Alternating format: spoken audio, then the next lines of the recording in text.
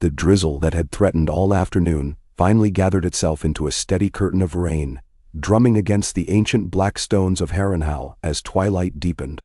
In the vaulted hall of the castle's maiden tower, where a second feast had been improvised to celebrate the end of the great tourney, 300 roaring voices faltered into uncertain silence. Music died on the strings of harp and fiddle. Platters of suckling boar and honeyed trout cooled untouched. Every eye turned toward the dais, where Prince Rhaegar Targaryen, hair like molten silver, violet eyes alight with a purpose brighter than any torch, took a single pace forward and lifted a goblet of Dornish red. No herald cried his name. No fanfare of trumpets sounded. Rhaegar, crown prince of the Seven Kingdoms, heir to Mad King Aerys, needed no such trappings tonight. His calm burned hotter than wildfire, and the hall felt it. A hush charged with promise, the crowd's breath held like men watching a tight debt-strung rope begin to fray above a chasm. "Lords of the realm," he began, voice carrying clear despite the storm outside. "Ladies fair, brave knights, and good folk whose cheers have graced these lists, hear me." Across the tables, Lord Robert Baratheon's grin had frozen into something brittle. He leaned on an elbow and glared at the dais, half-drunk, broad shoulders trembling like a bow drawn too far. Beside him, young Lord Eddard Stark sat very still, one hand wrapped round the direwolf pommel of his sword, gray eyes unreadable. Lord Jon Arryn, their foster father, watched with the wary calculation of a maester studying wildfire.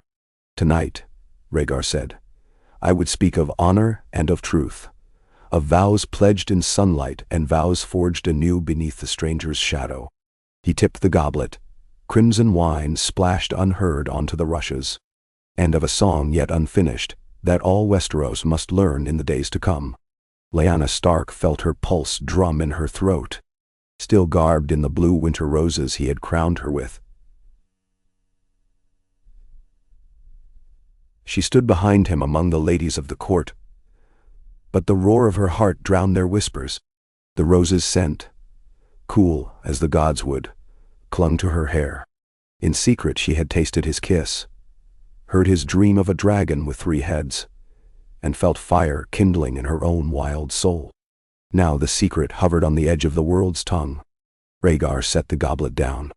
"I, Rhaegar of House Targaryen, first of my name, Prince of Dragonstone, do hereby reveal and proclaim that I have taken a lawful wife beneath the eyes of gods and men." For an instant, the words were emptiness, meaning refusing to settle upon them. Then the hall erupted into fractured outcry. Somewhere, a goblet shattered. Steel rasped from a scabbard. Another clanged upon oak. Voices rose. Questions, curses, prayers. Rhaegar lifted a hand, and shocking silence broke like glass. The hall stilled again, as though the air itself obeyed his command. "My marriage is no betrayal," he said, "but a fulfillment of prophecies too long ignored. Let the realm know, my union was sanctified by the High Septon, witnessed by Sir Arthur Dayne of the Kingsguard, and Prince Oberyn Martell of Dorne, whose sister Elia, my once beloved princess, gave me leave to seek the destiny our maesters have scorned." His eyes found Elia, fragile and pale in her wheelhouse seat. She bowed her dark head in solemn assent, and gasps rippled among the lords. Robert lurched half upright, knocking over a flagon. "Destiny." His voice boomed through the rafters. "You were promised to her, Targaryen. And Lyanna?" His tongue thickened with wine and fury. "She was promised to me." Lyanna felt each word like a lash. She stepped forward before she could think, pushing past Lady Cassana Estermont and Septa Mole. "I chose," she said, voice ringing above the murmurs. Rain lashed the arrow slits, mirroring the heat on her cheeks. "I chose to wed Rhaegar, as the gods in Septon can attest." In that moment, her wildling's courage glittered brighter than rubies. Rhaegar's heart clenched with a fierce, protective pride. He offered Lysana his hand. She took it, and the hall saw their fingers twine like silk threads pulled taut. Into the stunned silence strode Prince Lewin Martell, Kingsguard white cloak swirling. "His Grace the King will require witness," he warned, though his eyes held more sorrow than anger. And the realm must weigh this matter of prophecy against laws of succession and betrothal. Then let the realm weigh it, Rhaegar replied, voice soft as snow sliding from a branch yet firm as Valyrian steel. I will carry my truth first to King's Landing, with my wife at my side, under guard of the King's Guard and banners of both Dragonstone and Winterfell, for I would have peace, not war. But even as he spoke, he sensed the tremor through the hall, the old stones humming with fault lines laid bare. War had its own ears, and they were listening. When dawn bled silver across the god's eye, the company assembled in the yard below Harrenhal's broken towers. Rhaegar stood in black and red, Visenya's ruby-studded cuirass gleaming. At his shoulder towered Ser Arthur Dayne, pale dawn sheathed across his back, and Ser Barristan Selmy, stern as ice. Lyanna emerged in a cloak the color of smoke, stark gray trimmed with white fur, yet beneath it glimmered dragon-red silk. Ned met her at the steps. "Sister," he said. The rain had carved thin lines upon his cheeks through the night. "You are sure?" Her breath clouded in the chill. "I am. I love him, Ned." She glanced toward Robert, across the yard astride his great black stallion. The future Storm King's face was a thunderhead, each breath a gust of rage. "But I fear what Robert may do." Ned's gaze drifted to Rhaegar. "Ace do I." A horn sounded, the prince's call to mount. Lyanna pressed her brother's hand, then swung onto a silver mare. Around her the escort formed, stark men in gray, martel spears in sunburst orange, Targaryen knights beneath the three-headed dragon. Behind them, the great lords prepared to ride south or disperse, each calculating the storm to come. Robert spurred his horse forward, until he loomed before Rhaegar. "You stole my betrothed, prince," he growled. "May the gods damn your prophecy." Rhaegar met his glowering blue eyes. "I stole nothing, Lord of Storm's End. The heart does not bind itself by your boasts in taverns. Take a different road than wrath, and we may yet be brothers in peace." Robert's fist tightened on his hammer haft. "When next we meet, it will be in battle or in hell." "So be it," Rhaegar answered, and turned his stallion south toward King's Landing.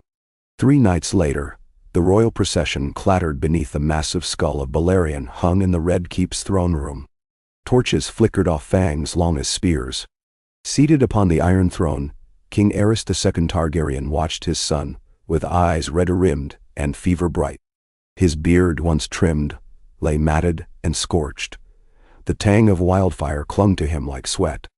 Aerys' voice rasped across the silent hall. "You dare return, traitor whelp, cloaked in stark furs and treason?" His finger jabbed at Lyanna. "I denied you leave to quit the capital. You left anyway, took half my Kingsguard, half my treasury. Spittle flew wine. And now you flaunt this wolf girl as queen?" "She's my wife, father," Rhaegar said, bowing neither head nor knee. "Our marriage is lawful. The High Septon's writ is ash," the king hissed. "I burned it at his anointing. I burn every scrap of parchment they dare set before me. Lawful. I am the law." He lurched upright, the throne's sword screeching against his robes.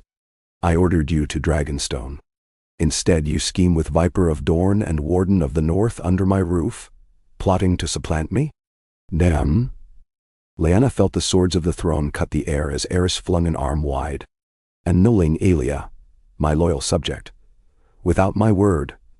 Crown Prince you may be, but I am king, and I hear traitors steal in your every syllable." His voice cracked. "Kingslayer, where is my Kingslayer?"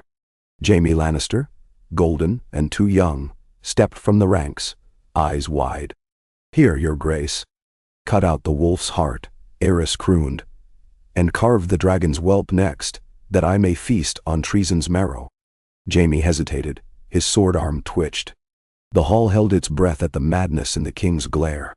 But before steel left sheath, Ser Barristan moved, dawn flashed, and Arthur Dayne barred Jaime's path. "My oath is to protect the king," Jaime protested, sweat shining on his brow.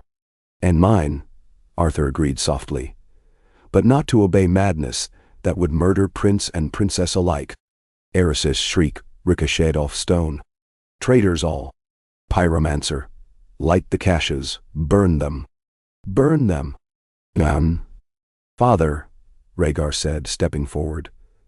Listen, the realm trembles already. Give me leave to address the great council. Let history judge our union, not wildfire. For a heartbeat, it seemed the king did not hear. Then his shoulders sagged, and his mouth twisted in a smile brittle as dragonbone. A council, yes. Let each lord proclaim his loyalty. Let them swear me their swords and their sons. His gaze snapped to Tywin Lannister, who had slipped into the shadows. Write to Casterly Rock. Summon my old hand if he still names me friend. Tywin's lion eyes glinted, but he bowed. As you command, your grace. Aerys sank back upon his throne, fingers drumming on serrated steel. Summon them then, and when they come, they will see their future, either bound in chains of fealty, or wreathed in green fire. Far away in Storm's End, thunder cracked over Shipbreaker Bay as Robert Baratheon paced the ramparts, cloaks snapping in the sea wind. Below, waves hammered the rocks, white spray rising like warriors' pennants. Jon Arryn approached, cane tapping. Your rage howls louder than this storm, my son. Robert's laugh was a bark. My betrothed weds the dragon spawn and calls it love, and you counsel calm? I counsel caution, Arryn said. Prince Rhaegar's marriage, lawful or not, has cast the realm into shadow, but the Targaryen line is not yet broken. Your banners alone cannot break it. Robert clenched the rampart stone. Ned will stand with me. Winterfell's honor is bound by this insult. Honor may cut both ways. Arryn's gaze traveled eastward, where dark clouds bled into horizon. I have known Starks. They weigh oaths on scales of old stone. If Lyanna freely swore new vows, Eddard may bend toward peace. Robert's knuckles whitened. Then he too will answer when Targaryen dragons burn our fields. Elias Dornish spears will march, and the Lion of Casterly Rock will sniff crowns in the ashes.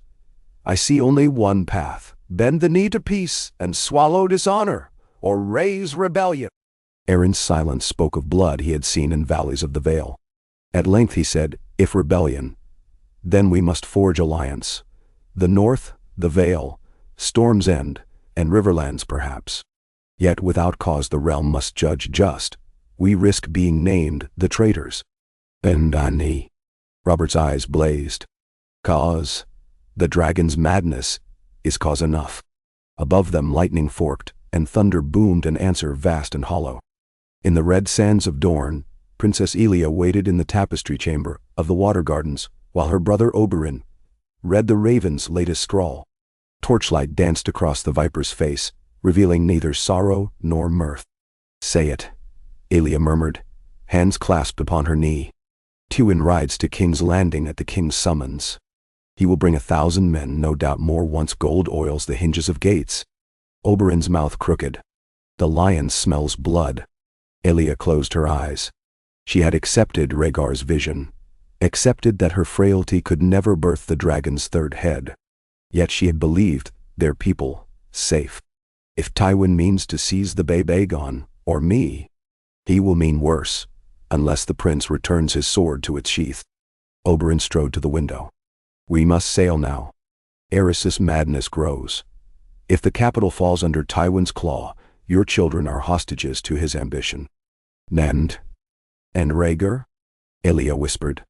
He would stand between lion and wolf. But who will stand for him? Oberyn's eyes glittered. The viper, if he must.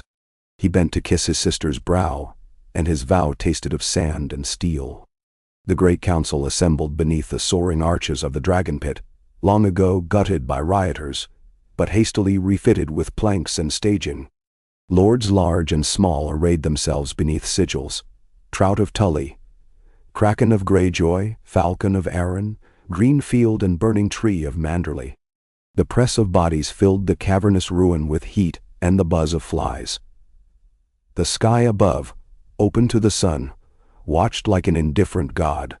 Rhaegar faced them from a dais draped in black and red. Beside him stood Lyanna, slim in a gown of white and gray, cloak pinned with silver direwolf. Her poise belied the tremor in her fingers. Opposite, King Aerys reclined in a carved chair, wildfire vials hidden in his sleeves, eyes crazed by sleepless nights. Grand Maester Pycelle intoned the proceedings. Lord spoke. Lord Hoster Tully condemned any slight to his daughter Catelyn's honor, for her betrothal to Brandon Stark still stood, though Brandon rode south to King's Landing even now. Lord Quellan Greyjoy stood aloof, waiting to see how tide and profit turned. The Reach Smace Tyrell simpered for peace, while Randall Tarley muttered of dragonfire. When Robert Baratheon's booming voice echoed through the pit, birds startled from broken rafters. "This council hears treason cloaked in prophecy," he thundered. Rhaegar sets aside wife and vow. Lyanna spurns betrothal. They twist the gods' words to suit lust. A ripple of mutters followed. Rhaegar raised a hand for answer. "My marriage is no lustful whim. It is the keystone upon which the realm's salvation rests. The dragon's 3 heads, Rhaenys, Aegon, and the child, yet unborn of Lyanna. A song of ice and fire, sung to withstand the darkness from the far north." Mocking laughter burst from Walder Frey's thin lips. Others muttered uneasily of children foretold. Eddard Stark stepped forward. "Prophecy or none, oaths were broken. That is plain. Yet broken oaths do not demand war when remedy may be found. I say, let this council weigh restitution, a bride price for storm's end, perhaps alliances reforged. So blood need not flow." Robert stiffened, betrayal cutting deeper than Valyrian steel. "You would price your sister like a mare at market?" "I would save her life," Ned answered, quiet but fierce. "And the lives of thousands." Aerys's sudden cackle sliced through debate. "Let them all bleed," he crooned.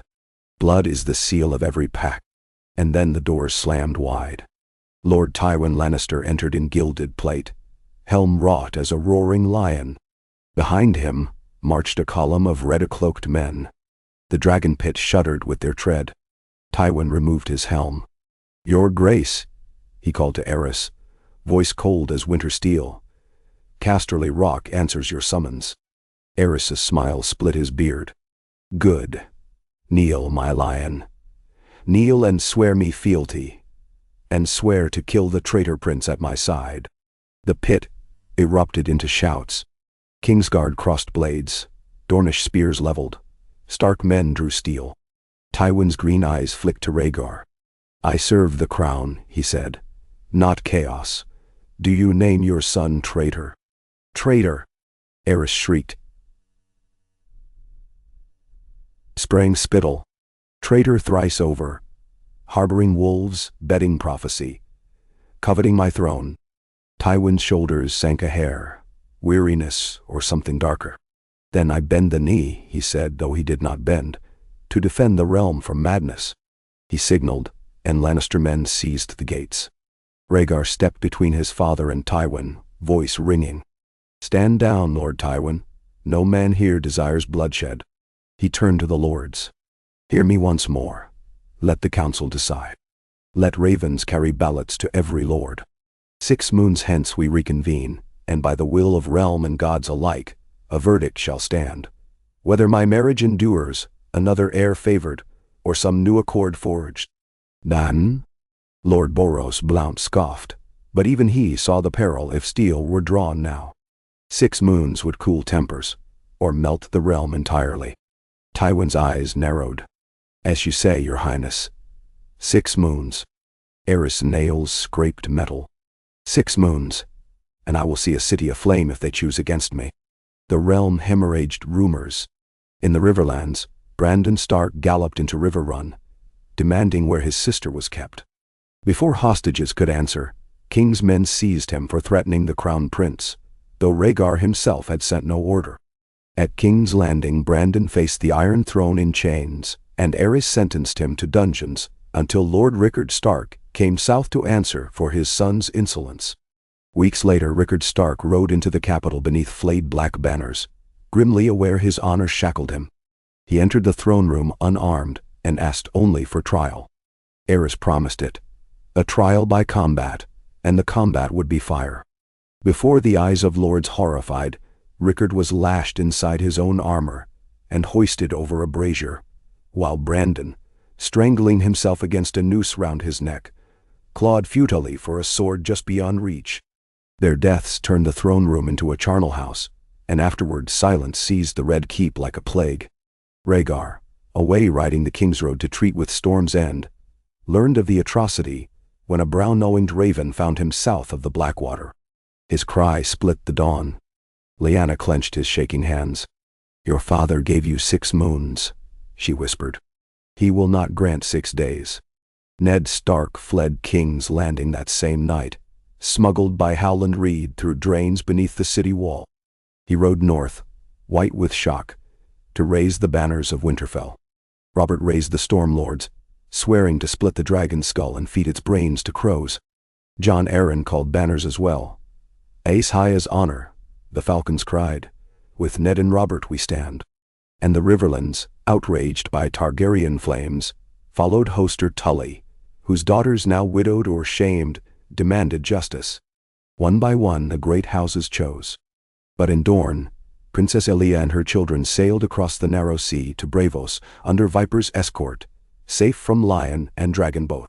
The Martells proclaimed neutrality until blood debts weighed balanced.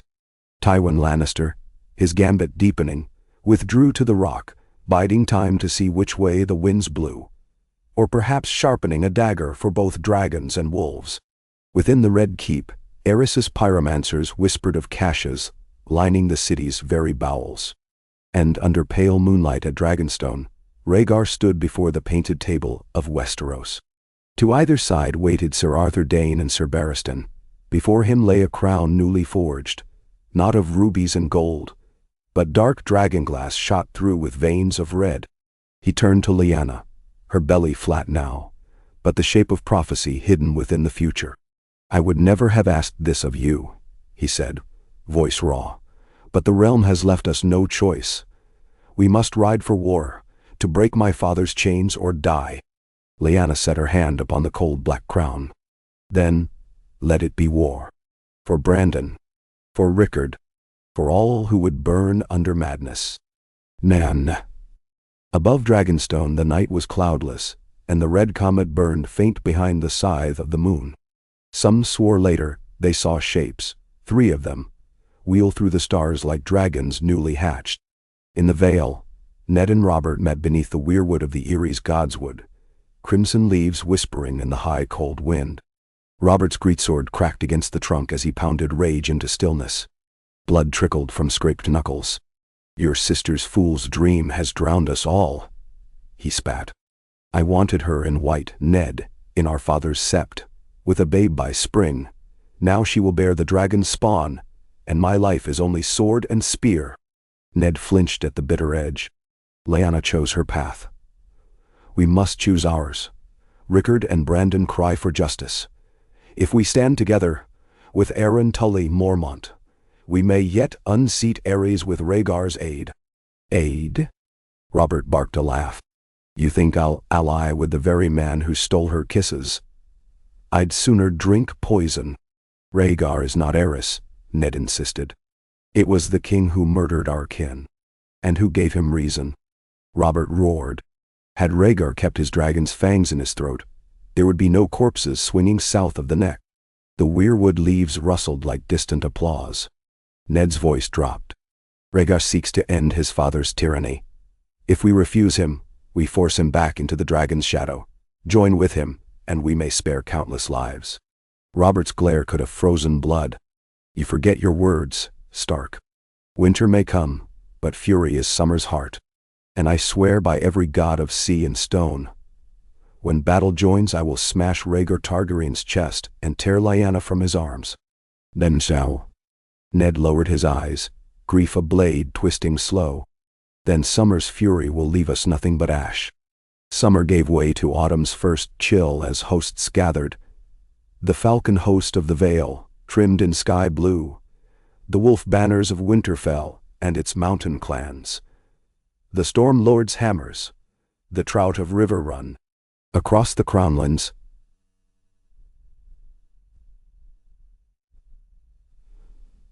Small folk fled fields burned by raiders in dragon black or lion scarlet. No lord knew who lit which fires. Chaos birthed its own armies. At King's Landing, Prince Rhaegar rode through the Dragon Gate with 700 loyal men and sought audience with the king. Aerys refused him entry to the throne room, barricaded behind wildfire vaults and pyromancers' mad devotion. Jaime Lannister, now all too clearly his father's creature, would grant Rhaegar no chance to parley. And so the prince withdrew across the Blackwater, encamping on the south bank, banner of the three-headed dragon quartered with the direwolf of Stark.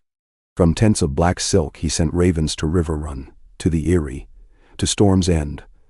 A plea for treaty, offering hostages, grain, fair laws. Not peace, but truce. So together they could dethrone the Mad King. Only Ned Stark sent answer. His scroll read simply, "I will come." Robert's raven remained perched in its cage unread, the parchment blank. The field at the Trident of the Blackwater Rush lay flat and broad, grass rippling like tarnished bronze under autumn's sun. It was neutral ground chosen by Tywin Lannister for negotiations, or for ambush, depending on which rumor one heeded. On the eastern bank, Rhaegar's silvered banners snapped. Across the ford, Robert's warhammers massed, the storm drums rolling. Between them stood Ned Stark and Jon Arryn beneath a white flag. They awaited Tywin, who as always kept his own counsel. At noon, a single horn blast announced the Lion's arrival. 3,000 men in polished red steel fanning out along the northern ridge. Tywin rode at their head, face hard as cast bronze.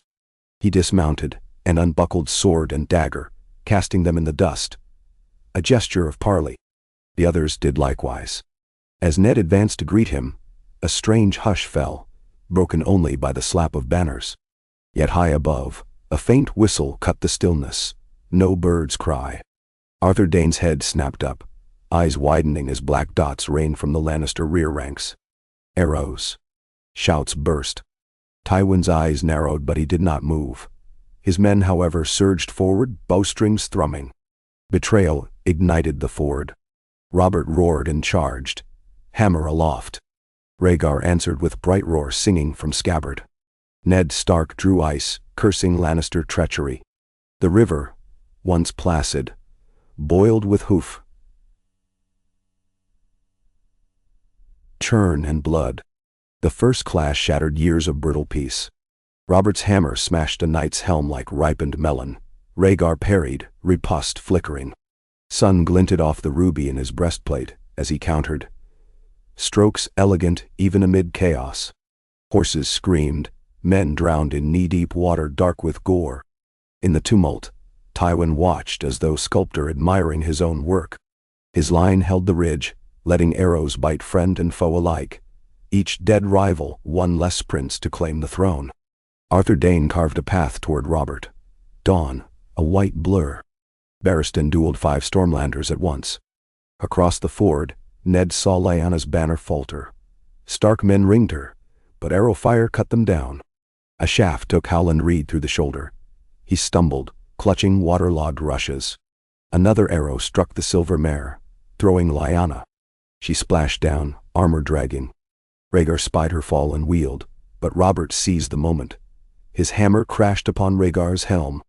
The jewel-studded crown shattered, rubies spraying into the river like frozen drops of dragon blood. Rhaegar reeled, but recovered, driving bright roars point toward Robert's breast. The hammer caught the blade, sending sparks across the churn. They closed like magnets, each blow ringing doom. On the ridge, Tywin raised a hand, and new banners unfurled, black, crowned stag on gold. Stunned, Ned saw his friend's device emblazoned beside Lyon's sigils. Robert's eyes flicked upward, then across the river to Lyanna, struggling against current. In that sliver of distraction, Rhaegar struck. Bright roar pierced Robert's mail at the shoulder, biting to bone. The warhammer fell from numbed fingers. Rhaegar wrenched free, drawn face alive with sorrow and necessity alike. "Yield," he cried. "Yield, Robert, and end this." Robert spat blood. "When I am dead." Rhaegar's next thrust would have finished it, But from the bank, an arrow sang, loosed by a Lannister bow. It hammered into Rhaegar's side, punching between plates. Shock flared in his eyes. He stumbled, dropped to one knee. Robert's remaining strength rose in a roar. He seized the hammer left-handed and swung a backhand arc into Rhaegar's breastplate, caving ruby and steel. The prince collapsed in the shallows, water swirling red about him. Time shuddered. Lyanna's scream carried across the ford like a banshee's wail. Ned reached her, dragging her from the river even as she clawed toward Rhaegar. Arthur Dayne knelt at the prince's side, desperate, dawn forgotten. But the light in violet eyes guttered. "Lyanna," Rhaegar whispered, breath frothing pink. The song, "Keep our son." Then silence, as the Trident carried his rubies downstream. Robert staggered, kneeling by Rhaegar's corpse, breath ragged. He saw the arrow in the prince's flank, a Lannister fletching. His gaze lifted, met Tywin's across the field. Understanding flashed. He had been pawn, hammer in the lion's hand. Fury burned anew. But the field was broken, armies en route, ford choked with dead. Barristan hauled Robert to safety, even as Lannister knights swept the ridge to claim the bodies of friend and foe. Ned cradled Lyanna on the bank. Her roses were half crushed, petals mingling with mud. "He is gone," she keened, voice small as dawnlight. And the darkness comes. That night, moonless and cold, the survivors counted cost. 5,000 dead, a prince among them, Storm's End broken, Stark banners bloodied. Robert lay fevered, wound stinking.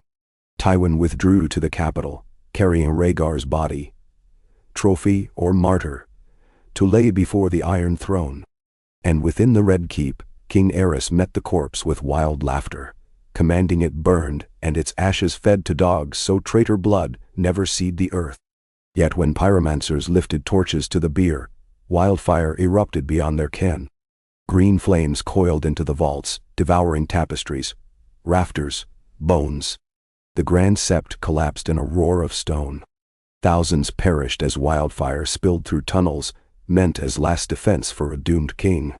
By dawn, King's Landing was a blackened carcass, smoke blotting sunrise. Of Aerys, no trace remained but melted steel upon the throne.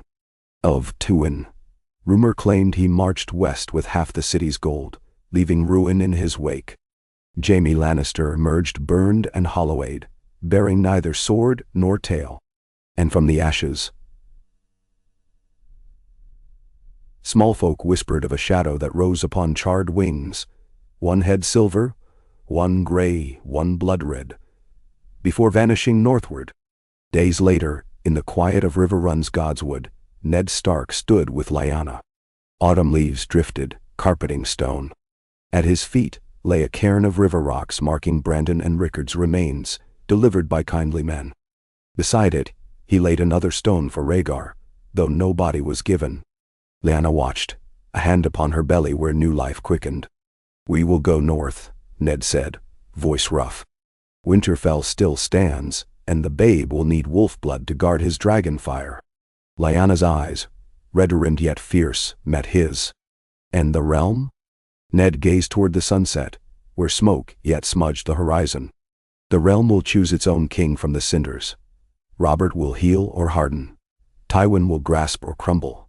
I care only that our kin survive what songs they weave." Lyanna laid a winter rose upon the cairn.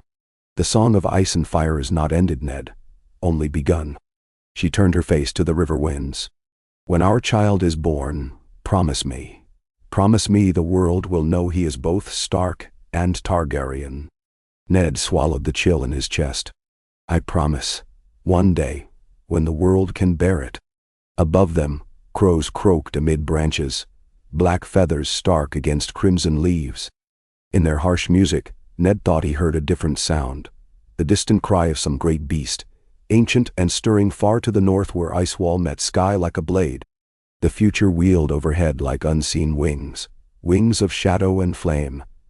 And the chill wind whispered prophecy down the spine of Westeros, a warning etched in starlight. The dragon has 3 heads, and one of them wears the wolf's crown. The road north wound through the reddening Kingswood, a spine of mud and broken stones that had once been the proud royal highway. Where banners of the crown had flown, only tatters dangled from scorched poles. Wild hounds prowled the verges, picking at corpses abandoned by raiders, and ravens blackened the branches like a plague of smoke. Into this ruin rode Lord Eddard Stark with what remained of his household guard. 40 men weary from sleepless weeks, armor dented and cloaks soaked in Trident mud. Beside him, cloaked in wolf-gray wool, rode Lyanna, her face half hidden by the hood, yet every now and again the breeze lifted the cloth to reveal the stubborn set of her jaw. They had taken the longer forest road to avoid the main King's Highway, where Lannister patrols hunted rebels and deserters both. Far behind them, Robert Baratheon convalesced in River Run Solar, his shoulder swollen, his mood black as the storm god. Word from Lord Hoster's ravens told that Robert already drank again, even as the fever fought to drain his life. Friends pleaded caution. He swore oaths to ride the length of the realm and crush every golden lion beneath his hooves. Yet he could not lift a sword. Ned watched the shadows under Lyanna's eyes, the stiff way she sat the saddle. The wound of grief bled in silence, but its poison showed in her pallor. More troubling still was the hollow ache that sometimes seized her belly. No pain, she insisted, yet it made Ned's heart stop each time her hand pressed low against the child she carried. If the gods had any mercy left, the babe would live. Ned had little belief left in mercy, but he prayed anyway. On the 4th night, they made camp beneath a half-collapsed sept, where cracked marble maiden and warrior lay mingled in weeds. The fires were banked small, wood scarce beneath the steady drizzle. Lyanna sat wrapped in furs by the embers. Ned settled beside her, passing her a strip of dried boar. "You need strength," he said. "It tastes of ashes." She answered, but she chewed dutifully. He watched the flames dance in her eyes once wild with laughter, now shuttered as winter lakes. She swallowed hard. "Do you hate me, Ned, for all of this?" The question cut deeper than any blade. "Never. Brandon and father died for my choice." Her voice cracked. "Rhaegar lies cold, Robert maimed. The realm burns, and now the child of our love may wear the blame of dragons." "Our child," Ned corrected softly. "Does not matter which blood runs stronger, wolf or dragon. He will be born to a mother's love, and that is shield enough." "Memnosexio." Her hand found his. "Swear it again, brother. Swear that if I die you will protect him." Ice seemed to creep beneath his skin. "You will live," he said, though the words tasted hollow in the damp air. "But I swear it all the same. On the old gods and the new." She nodded, tears glimmering but unshed. Rain hissed on the embers. Above, the 7-pointed star atop the broken septi leaned as if to fall, its edges chipped and black moss hanging like tattered banners. Ned had never been a devout man, not like his lady mother had been.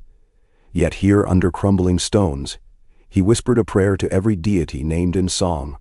"Spare her! Spare the babe!" The night gave no answer. King's Landing's ruins still smoldered when Tywin Lannister struck camp outside the blackened walls and rode for the Rock.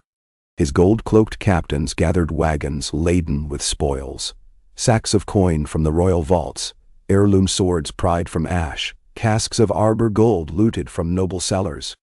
Bodies lay unburied along the streets.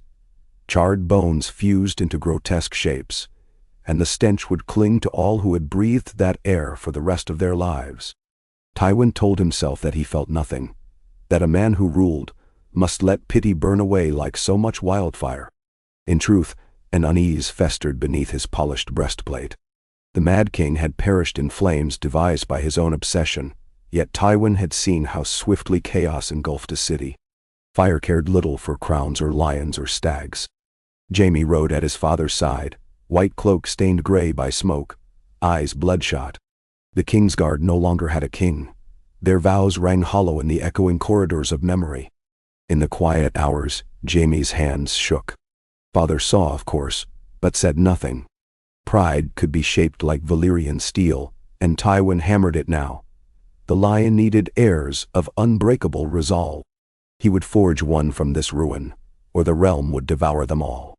Behind the main host rode Sir Kevin and Lord Amory Lorch, each commanding a column of recruits freshly armed from the Red Keep's charred armories.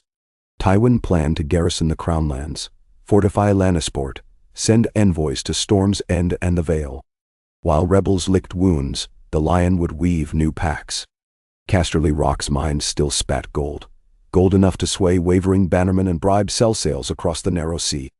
First, though, the matter of succession must be settled, and on this Tywin had already decided. 2 Targaryen babes lived in exile with their Dornish mother. None would set foot again in Westeros while Tywin drew breath. Robert Baratheon, ranting from his sickbed, might prove useful as a figurehead. Strong, popular, easily guided by men of greater vision. But healthy, Robert might undo all careful work. Tywin pondered poisons that mimicked infection.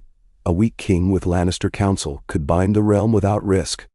Jaime, however, had other notions. Let the realm choose a council, the young knight argued over their campfire one evening. Let the lords elect a protector until what? Tywin snapped. Until the small folk revolt? Until Aegon Targaryen returns with Braavosi Sellswords. He studied his son's drawn face in the flickering light. You killed the king. Whether you wished it or no, you bear the stain. The Lion must stand above suspicion now, not invite it. We will back Robert once the maesters swear him fit, and you will command his king's guard. Jaime pushed fingers through soot-clogged hair. He'll never trust me. Tywin's eyes glinted. No, but he will trust his new hand. Jaime stilled. You mean to take the chains again? When duty calls, a lion answers. The words fell heavy on the night. Somewhere across the fields, wolves howled, as if mocking their designs. A league beyond the neck, deep in the tangled marshes of the Crannogs, Mira Reed knelt at a moss-slick quay, mending the lashings of a leather-clad coracle. Her father, Lord Howland, rested in a reed-thatched hut nearby, pale from the arrow that had pierced his shoulder at the Trident. Bogwater herbs had drawn out the fever, but each cough rattled like bones in a kettle. Mira's younger brother Yojen crouched beside her, green eyes distant. He dreams again, Jojen murmured. I know, Mira said, tightening the knot. Wolves and dragons, the boy went on. A wolf with a dragon's tail, howling beneath a red star. Mira's hands paused. Do you see what it means? Change, Jojen whispered. Ice melting, fire freezing, the world torn open like a frog's belly. Mira sat back on her heels. Father will know how to guide the north. He follows the wolf now, Jojen said. But soon the wolf will follow him.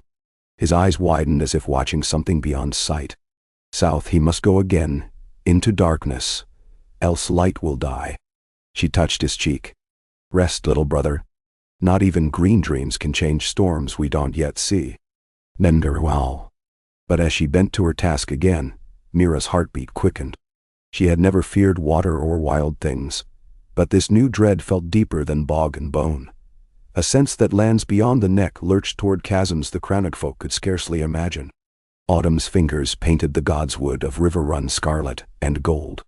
Beneath the heart tree, where the black-red leaves whispered secrets, Robert Baratheon sat propped on a carved bench, bandages spotted with brown. His wounded arm rested in a sling, but the other hand clutched a cup of strong wine. Lord Hoster's maester begged restraint. Robert laughed and demanded more. When Catelyn Tully approached, he raised bleary eyes. Lady Cat, he slurred. Come to scold your future king. Come to remind him that tomorrow he meets the lords in council. She replied, voice clipped. And that sobriety might win more loyalty than swagger. Robert's laugh echoed off mossy trunks. They follow strength, girl, and strength drinks deep. He flung wine into his throat, wincing as the motion tugged stitches. Catelyn sat, folding hands in her lap. Lord Stark rides north, she said. He takes Lady Lyanna with him. Robert's jaw tensed. Ned's a fool. He should have left her corpse to rot with the dragon. She is alive, Catelyn reminded gently. And with child. That babe is Stark and Targaryen both. Robert spat onto fallen leaves. Targaryen blood is curse enough. I'll not see dragon whelp suckle at the Norse teat. Catelyn felt pity twist her heart. You loved her. Robert shook his head, emotion half pain, half denial. Loved the idea of her, maybe. The laughter, the wild rides, the promise. He stared into the wine's dark mirror. But she chose him, and he's dead. All that's left is war, Cat. War and vengeance. She reached to still his trembling hand. Then avenge wisely, not blindly. The realm needs peace. He snorted.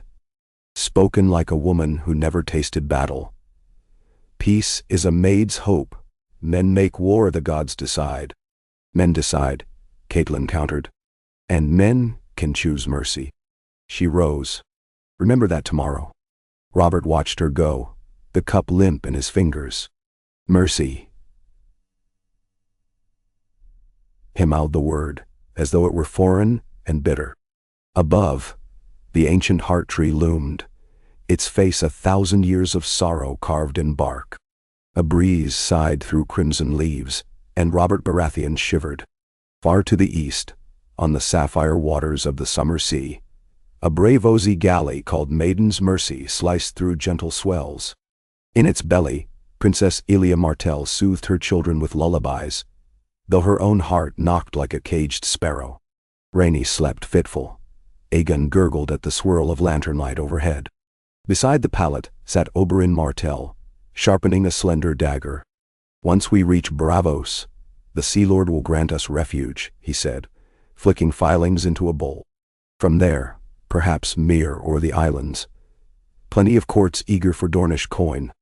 Elia's fingers smoothed Rhaenys's dark hair. I do not wish to raise them in exile. Nor do I, Oberyn replied, testing the blade's edge. But Dornish sand is too hot with lions. Elia winced. Tywin would not dare harm children. Oberyn's laugh held no mirth. The lion dares what fear allows.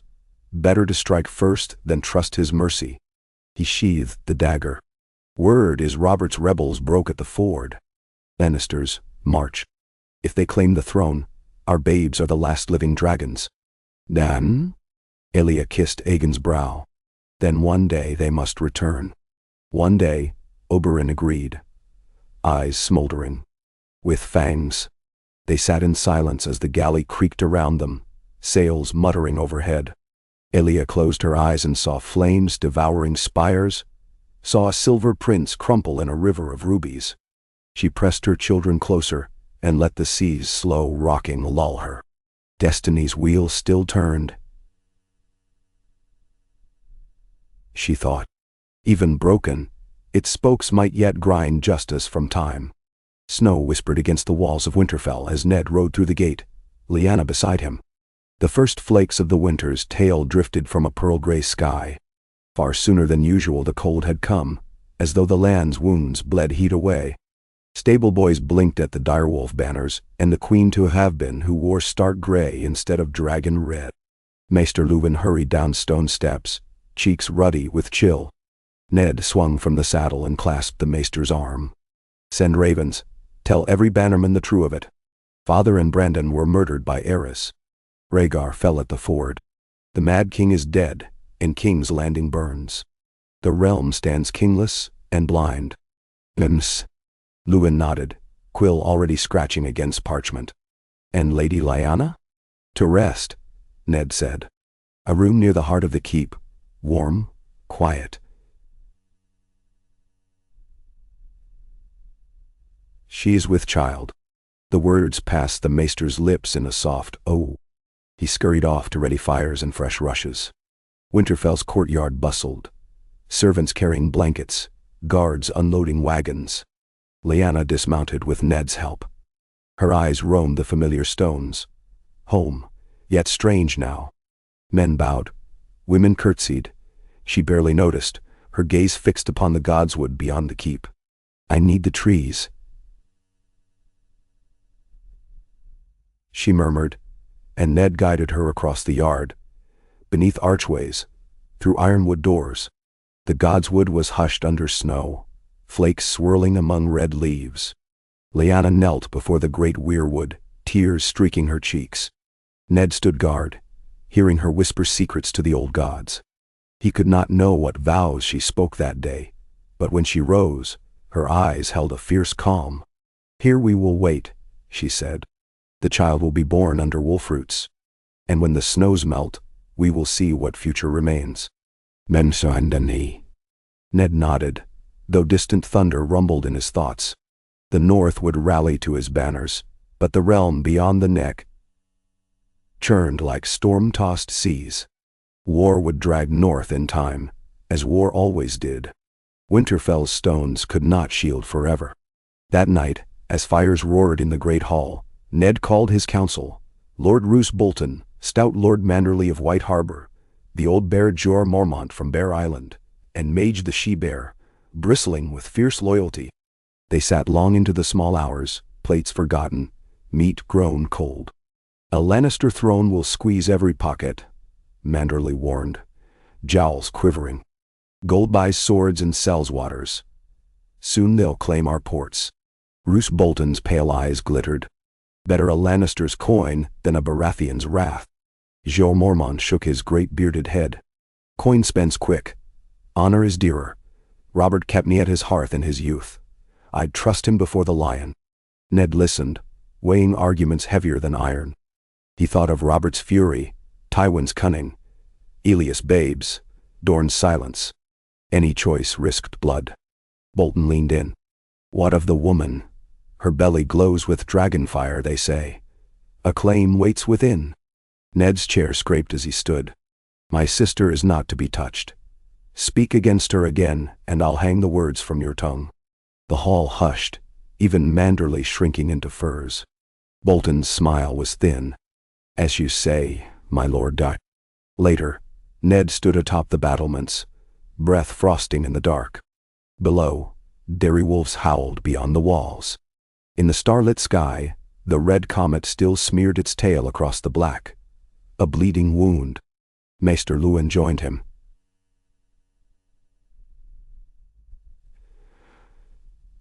Shivering. "It's," said the comet foretells calamity, the maester offered. "Or rebirth," Ned answered. "We begin preparations for winter stores tomorrow," Luwin said. "But ravens bring queer tales, farmers vanishing north of the wall, fishermen finding boats adrift, oars snapped clean. The watch appeals for help." Ned's chest tightened. "Send grain, axes, men if we can spare. Tell Lord Commander we have not forgotten the oath." When Luwin departed, Ned lingered. Snowflakes perched on his lashes. Somewhere inside the keep, Lyanna slept, one hand on her belly, dreaming of silver dragons and white wolves.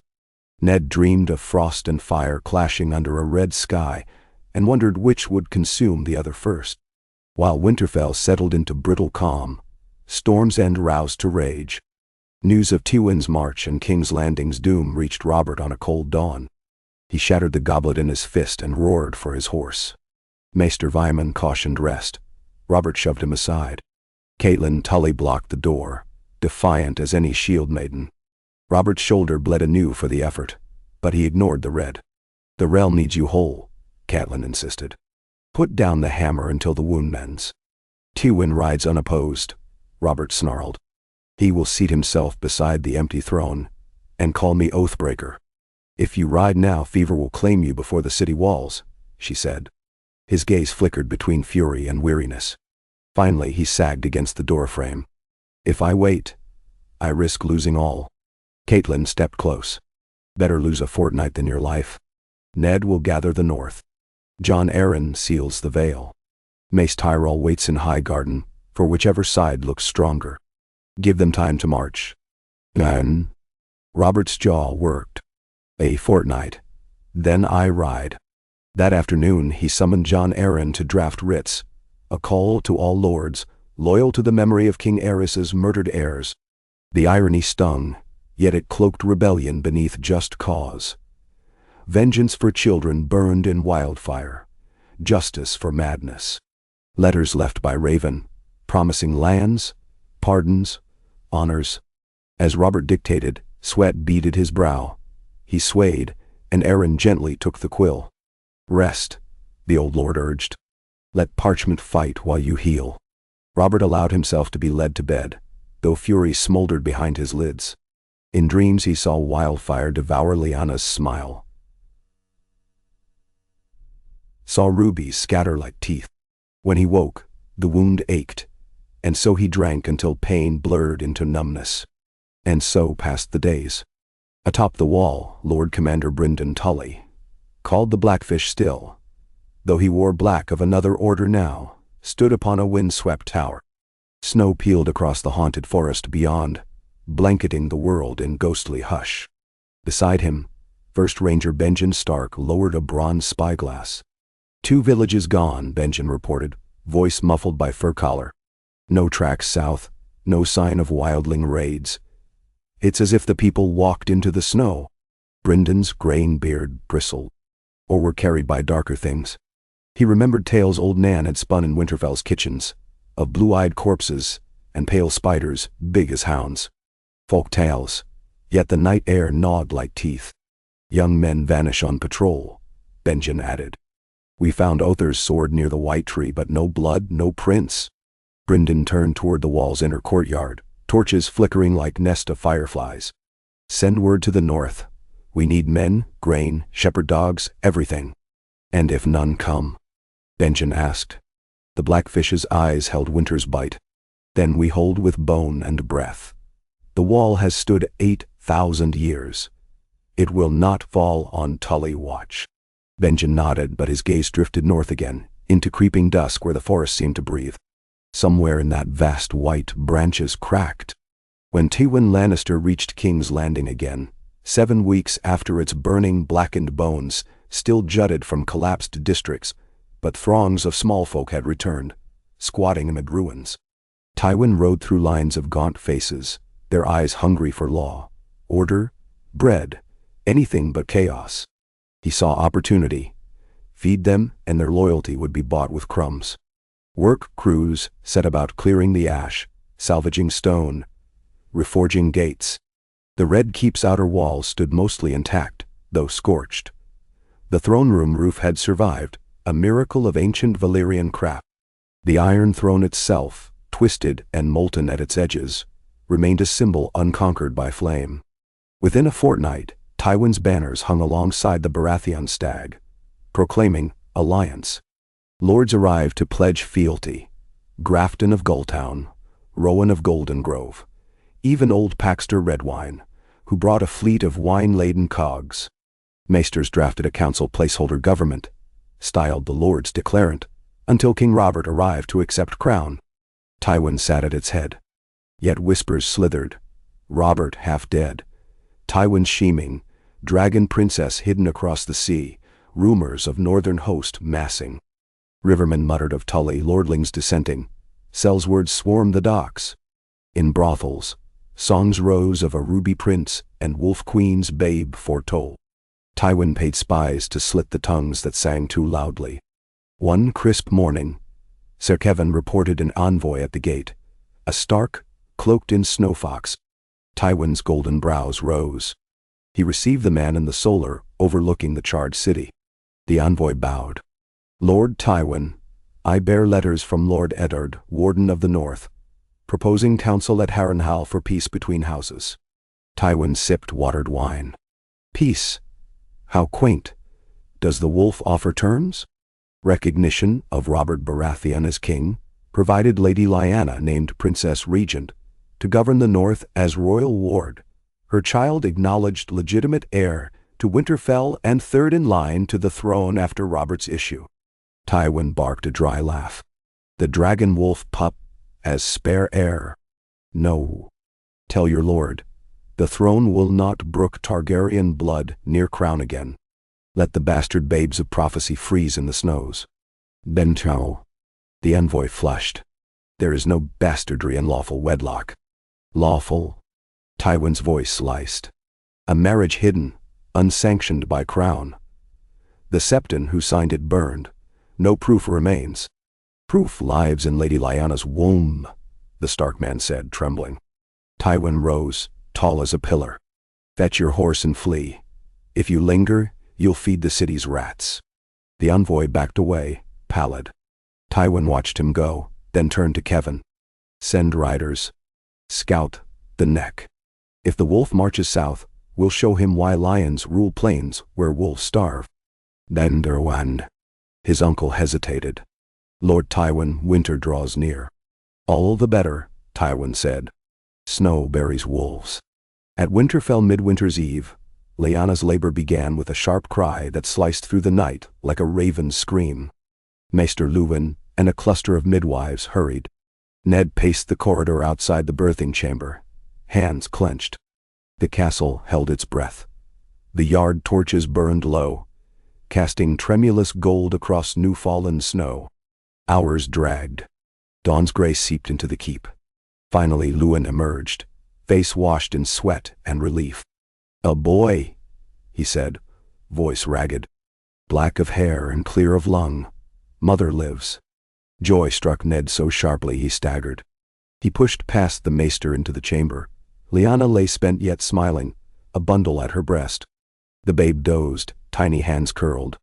Dark hair indeed, but a faint gleam of silver when torchlight caught fine strands. Ned's throat closed. "He has your stubborn chin," Lyanna whispered. "And your wild heart, I pray," Ned replied, kneeling at bedside. The babe stirred, rooting for milk. Lyanna stroked his cheek. "Name him," she said. Ned swallowed. "Do you still dream the dragon's dream?" Her gaze drifted to snow-framed window. "The three heads are not broken. Rhaenys and Aegon live beyond the sea. This boy will be their brother, in spirit if not in blood." She met Ned's eyes. "Jon," she said. A pang shot through Ned. "Howland's brother Jon, a good man." Lyanna smiled faintly. "And snow, if need be. Better a bastard's cloak than a dragon's crown." Ned understood. To protect him, the child must hide from lion blades and vengeance-bent stag. A bastard's name would shield better than any sword. Yet his heart rebelled at denying the truth. He pressed Lyanna's hand, found her grip iron-strong despite exhaustion. "I will raise him as my own," he vowed. "Unknown to all but you and me and the gods." "Promise me," Lyanna breathed. "I promise." They sealed the vow with tears and silent prayers. Outside, wolves howled across the white fields, a song older than kings. Jon wriggled in his mother's arms, eyes fluttering open for a heartbeat, gray as a storm sky, bright with newborn wonder. Ned felt something stir inside, a flicker of hope in winter's chill. Perhaps the gods had not abandoned them after all. Word of the birth traveled south across snow-choked moors, borne by raven to Moat Cailin, to White Harbor's docks, then by ship to Gull Town, and from there swift horse to King's Landing. Tywin received the message in council and dashed it into the brazier. But rumors scurry faster than parchment. The city buzzed of a wolf prince born under Common's tale, herald of new age. Red priests claimed Azor Ahai returned. Septons cited the Seven's blessing. Common folk argued names, but all agreed winter would not stop the tide of events.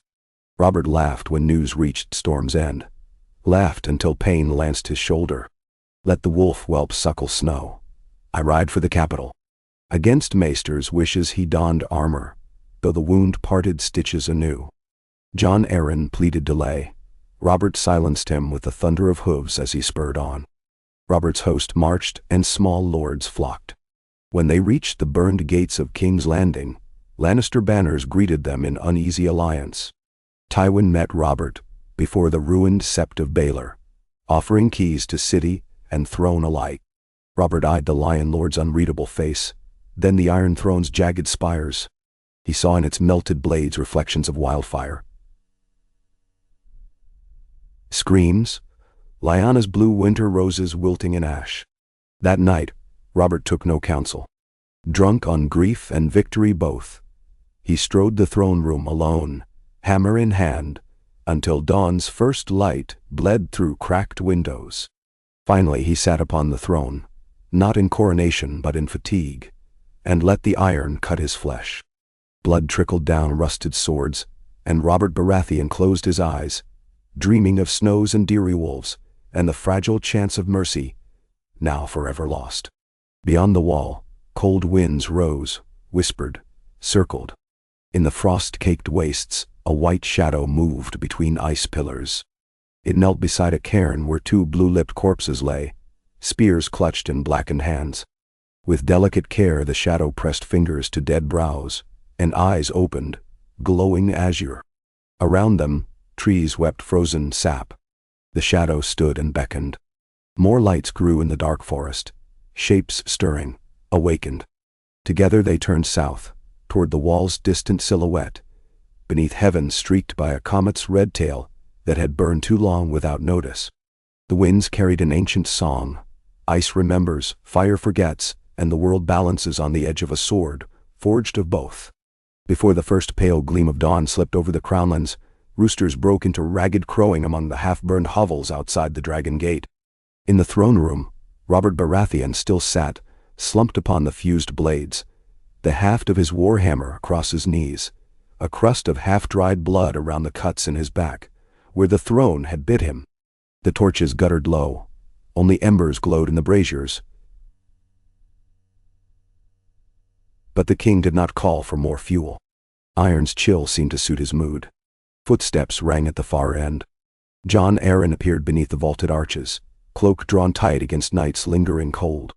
He halted 6 paces from the dais, and waited. When Robert made no sign, the old lord cleared his throat. "Dawn comes, your grace. The lords gather in Maegor's holdfast for the coronation." Robert's laugh was a rasp. "Coronation? I was crowned last night. Jon, crowned by pain and weariness. Let them keep their damned septons and gilded words. The realm must see its king," Arryn said gently. "And the king must see his realm before Tywin Lannister seals it in golden chains." At that Robert's knuckles whitened on the hammer. He rose, iron scraping against iron, blood-stiff tunic peeling from the blades. "Fetch the maesters. Dress these cuts. Then bring Tywin to me. No septon speaks until I have the measure of that lion." "Damn." Tywin found the king in the solar off the royal apartments, stripped to the waist while Grand Maester Pycelle dabbed at the wounds. Robert's closed fist hit a cup of mulled wine, as if he feared the drink might slip away should he relax his grip. "So," Robert said without greeting, "you hold the city and half the realm's food stores. Now you offer your sword in fealty." Tywin inclined his head. "And gold. The treasury lies empty. Rebuilding the capital, and the crown's credit, will devour coin in rivers. Casterly Rock is ready to provide, if the realm's security justifies the expense. Bender roll. Security bought by wedding me to your daughter." Tywin's silence confirmed the guess. Robert sipped the wine. "Your girl's beauty is famed, I'm told, though I've not seen Cersei since we were children." He eyed the Lion Lord. "But I wonder what bride price you require besides a crown upon her pillow." "A bull," Tywin said. "And a king advised by those who understand rule." Robert barked a laugh. "Meaning you. I would serve, yes. You lack heirs, your grace. A queen of proven fertility, with twins already." "Enough." Robert thrust the cup away and Pycelle scrambled to catch it. "You speak of heirs? My line may yet come through the Lady Lyanna." Tywin's gold-green gaze did not flicker. "She chose a Targaryen bed. The lords will not stomach a dragon whelp in line to Baratheon's storm lords, nor will the small folk forget wildfire." Robert's jaw worked. "The child is of Stark blood." "Of Stark mother and Targaryen father," Tywin corrected. "Half the kingdom already whispers he is Azor Ahai, born beneath the bleeding star. Prophecy sows rebellion, as quick as grain grows rats. Better to stake your claim on solid ground. A bride from the rock, a son in the cradle before spring's first buds." "Menshan." Robert's glare smoldered, yet behind it Tywin saw calculation turning like a mill wheel. The king was no fool, merely a man ruled by heart and wine. If Tywin controlled the cup and flattered the heart, the crown would follow. "I will think on the girl," Robert said at last. "But know this, Lord Tywin, I name my old father in all but blood as hand. If you would serve, you serve under Jon Arryn." Pycelle's eyes bulged. Tywin lowered his head, the gesture stiff as metal cooling too quickly. As your grace commands. Then send for your daughter, Robert growled. Let me judge the truth of Lannister beauty with my own eyes. Snow fell before dusk in Winterfell, a soft, steady curtain that muffled the clang of the smithy and turned the Godswood path into a white tunnel. Ned carried Jon in the crook of one arm while his other hand steadied a lantern against the swirl. Beneath the babe's wolfskin bundle, tiny breaths puffed warm against Ned's collarbone. He crossed beneath the red leaves and paused by the weirwood. The old face watched, eyes carved of shadow, mouth down-curved as though sharing some secret sorrow. Ned knelt, lantern light pooling over roots. Old gods hear me, he whispered. I name this child Jon, of no surname for now. Bless him with winter's strength, summer's hope, autumn's patience, and spring's new beginning. The trees said nothing. Snow hissed on branches. Yet Ned felt a hush spread, as though the entire keep listened. Behind him, footsteps crunched. Lyanna emerged, fur-lined cloak drawn close. She looked wan but fiercer for it. He sleeps. Ned rose, offering Jon. Lyanna pressed her lips to the babe's brow. The maester says he grows strong. And you? Stronger, when the wind smells of pine and not of iron. She gazed toward the battlements. War still draws breath out there. You will need allies. Ned exhaled a cloud of mist. The lords murmur for my marriage. They fear the Lion of Stark might pass through a bastard if you choose not to wed again. Lyanna's smile was sad. I have wed my share. Take Caitlin Tully, if she'll have you. Her heart is soft for the north, I think. Man? Ned's thought slid to the red-haired lady who had stood so firmly before Robert's fury. Warm, proud, steady. If duty calls, he said. Lyanna touched Jon's hand. Duty. Love. Sometimes they share a face. She met Ned's eyes. Promise me again that when the snows break, you will find a place for this child where truth may grow slow. Secrets are seeds. One day, they break stone. I promise, Ned said. South of the Red Mountains, the water gardens of Sunspear shimmered with orange trees heavy under winter sun. Doran Martell sat in a wheeled chair on the marble veranda. Gout-swollen feet, wrapped in silk. Oberyn paced before him like a caged panther. Your ravens speak of Baratheon crowned, the Red Viper said. And of Tywin Lannister seeking match with the throne. Doran nodded, fingers steepled. Cersei to Robert. Jaime to the Kingsguard. An iron grip sheathed in velvet. Velvet in public, Oberyn scoffed. Inside, a mailed fist.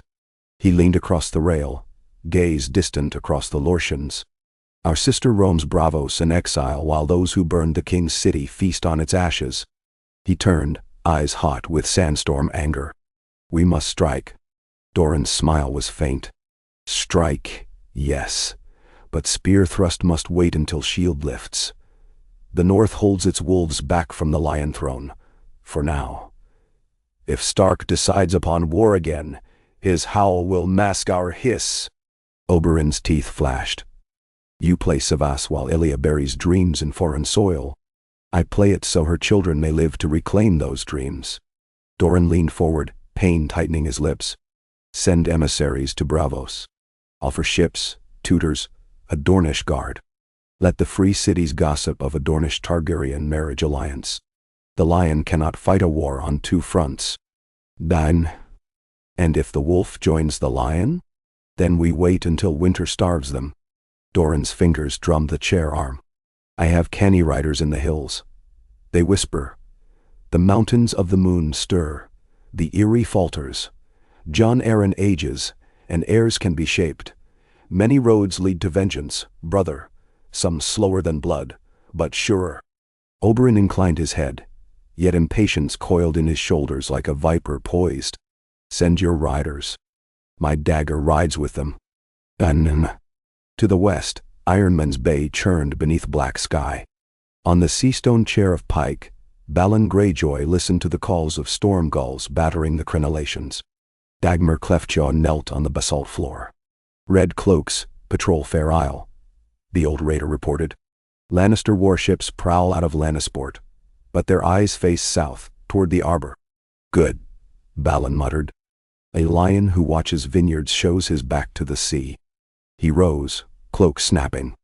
Gather the captains. At winter's height we strike. Deep wood motte, stony shore, bare island. The wolves mourn. They will not scent raiders until longships beach. And now wow. Dagmar's carved grin widened. And the reach. Let them weigh coin and chivalry, while ironmen reap salt pay. Balon turned to the slit window. Lightning forked, illuminating waves clawing the cliffs. The realm shatters. We feast on shards. Cersei Lannister's litter crossed the Blackwater on a cold, clear morning.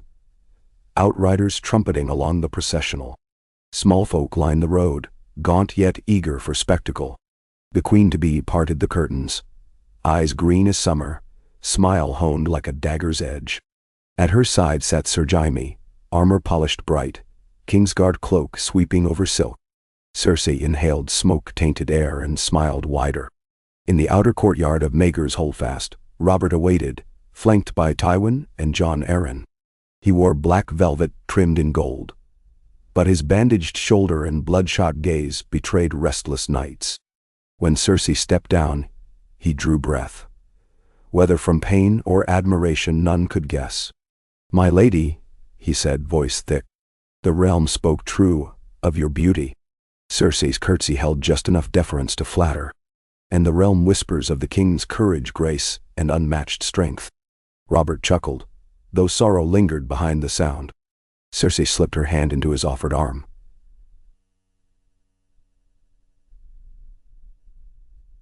She felt muscle taut beneath the velvet, smelled the wine and sweat, and wondered how best such a man might be bent without breaking. Across the yard Jaime watched, jaw tight.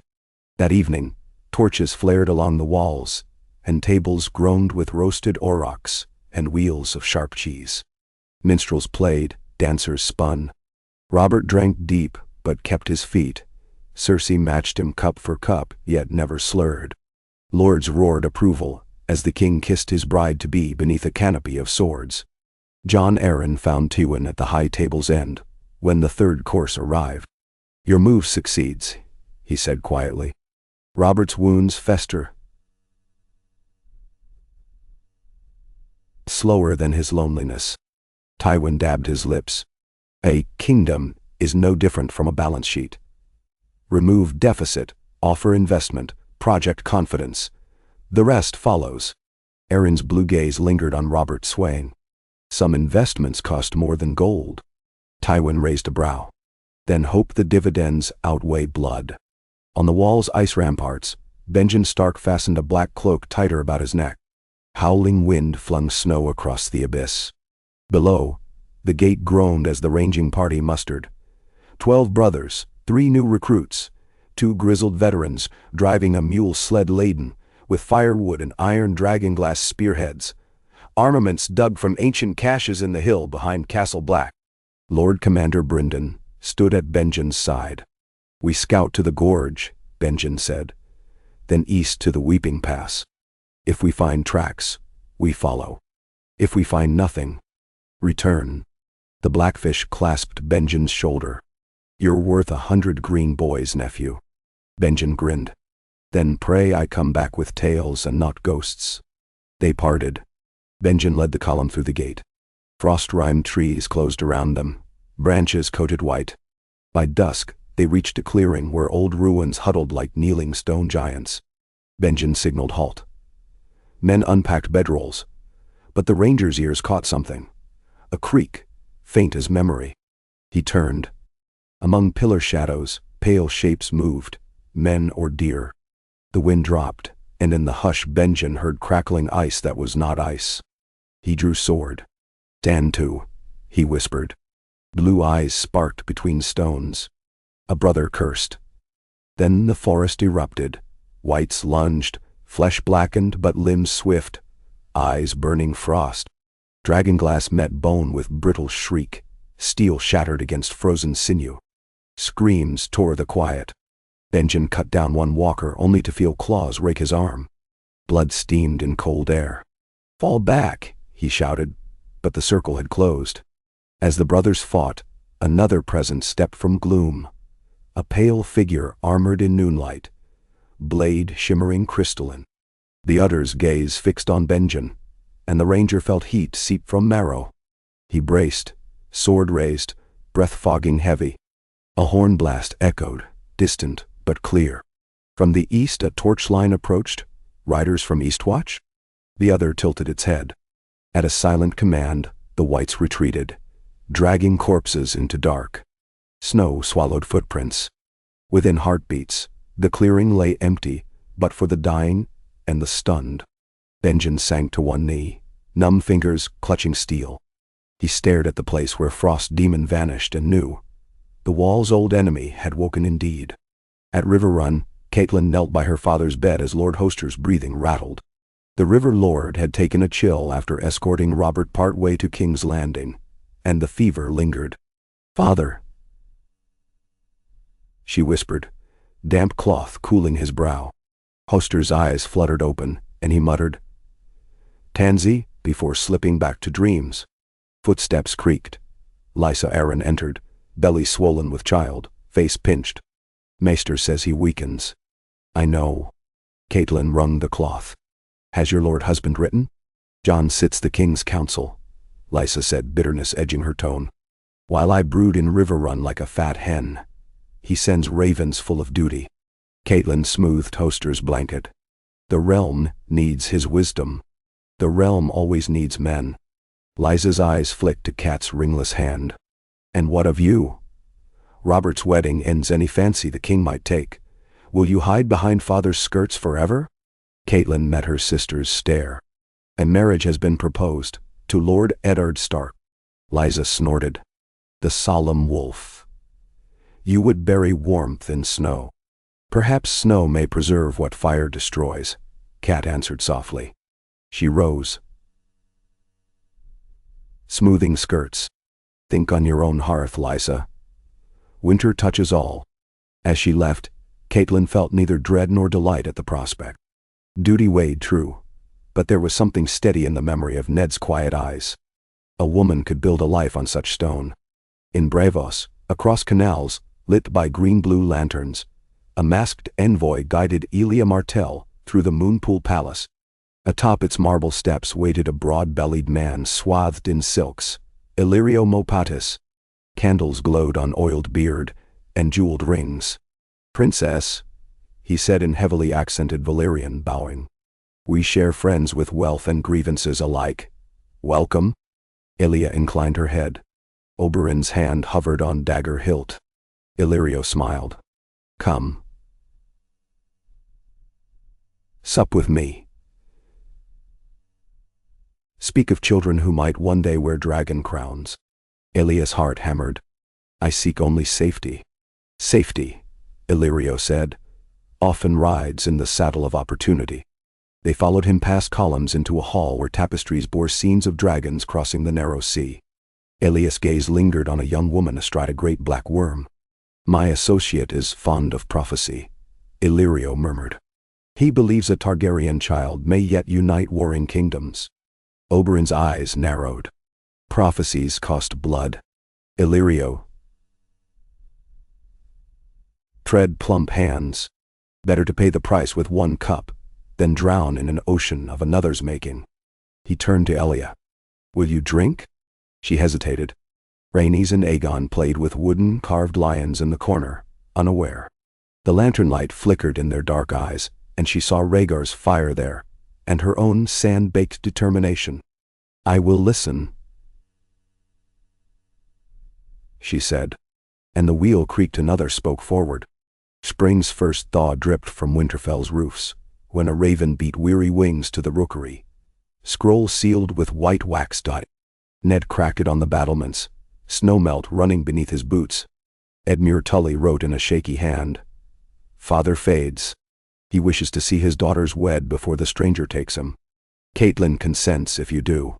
Ned rested arms on the parapet, gazing over gray fields where small folk spread manure across thawing soil. Lyanna emerged below, Jon in her arms, violet-tinged dawn-lighting hair now loose and wind-tangled. She looked up, and even at this distance Ned saw question in her eyes. He called down, "A raven from River Run." She nodded as though expecting it, then returned inside, cloak billowing like a banner. That evening they sat in the library, Jon asleep in a wicker cradle before the fire. Candlelight danced across shelves of ancient leather. Ned read the letter aloud. Lyanna listened, fingers absently stroking a loose curl of her hair. "You should go," she said when he finished. "Take the words of peace we've spoken here. The realm might trust them better from a man married to Hoster's daughter. And leave you. I have the North and the old gods. And this stout nurse." She nodded to old Nan dozing near the cradle, knitting in her lap. "Besides, River Run's hearth greets spring sooner than ours, and a stark bridecoat will keep its lord warm." Ned's smile was rueful. "You think I need reminding to keep warm?" She reached and squeezed his hand. "I think you need reminding that war's embers glow yet. A Tully alliance pours water on flame." He looked to Jon, tiny fists rising in baby dreams. The boy cooed. Ned thought of swords clashing beneath snowfall, of icy eyes in black forests, of lions' plots. "Very well," he said. "But if I go south, I carry 2 banners, Direwolf and Truce." At King's Landing's newly rebuilt docks, sailors cursed as a sleek Braavosi galley tied off. A hooded man disembarked, walked with staff tap-tapping to a tavern off Fishmonger's Square. Inside, he laid 2 silver stags for a private room. When the serving boy left, the hood slid back, revealing a skull-smooth head and lavender eyes. Varys steepled spider-like fingers and whispered to the flickering candle, "Threads tangle nicely. Time to pluck the right one." He produced scrolls, reports from Braavos, from Eastwatch, from Lannisport. One told of a Northman bastard with a curious hint of silver in infant hair. Another of Benjen Stark's skirmish with ice demons. Another of Ironborn raids planned for spring. Varys smiled, a pale sliver in candlelight. "Chaos," he murmured, "is a ladder for those who know which rung will hold." He touched flame to the Braavosi parchment, watching prophecy curl into ash. One day the realm will beg for order, beg the spider to weave peace. He blew out the candle. 5 leagues north of the wall, Benjen's ranging party limped toward the shadow of Frostfang foothills. 3 brothers lay dead on sled, bodies bound in oiled cloth. The others bore wounds livid with frostbite. Benjen's arm throbbed. Each night, when fires burned blue-white, he dreamed a boy with silver in dark hair, standing beneath a weirwood, eyes of storm gray begging him to remember. On the 6th night, snow clouds parted. The comet still streaked crimson above, though its tail had shortened, a dying ember. Benjen studied it in silence. "When fire falls, ice wakes," he whispered, remembering old Nan's tales. He glanced at his men huddled beneath deerskin. "And when ice walks, the living must run." He shifted in his furs. "Or fight," he added, and tightened his grip on dragonglass spear. The realm's seasons staggered onward. At River Run, Ned wed Catelyn beneath a canopy of willow branches, Hoster smiling faintly before closing eyes forever 2 days later. At their wedding feast, Edmure toasted friendship with the North while Lysa wept into diluted wine. Ravens carried tidings. Wolf and trout now swim in the same stream.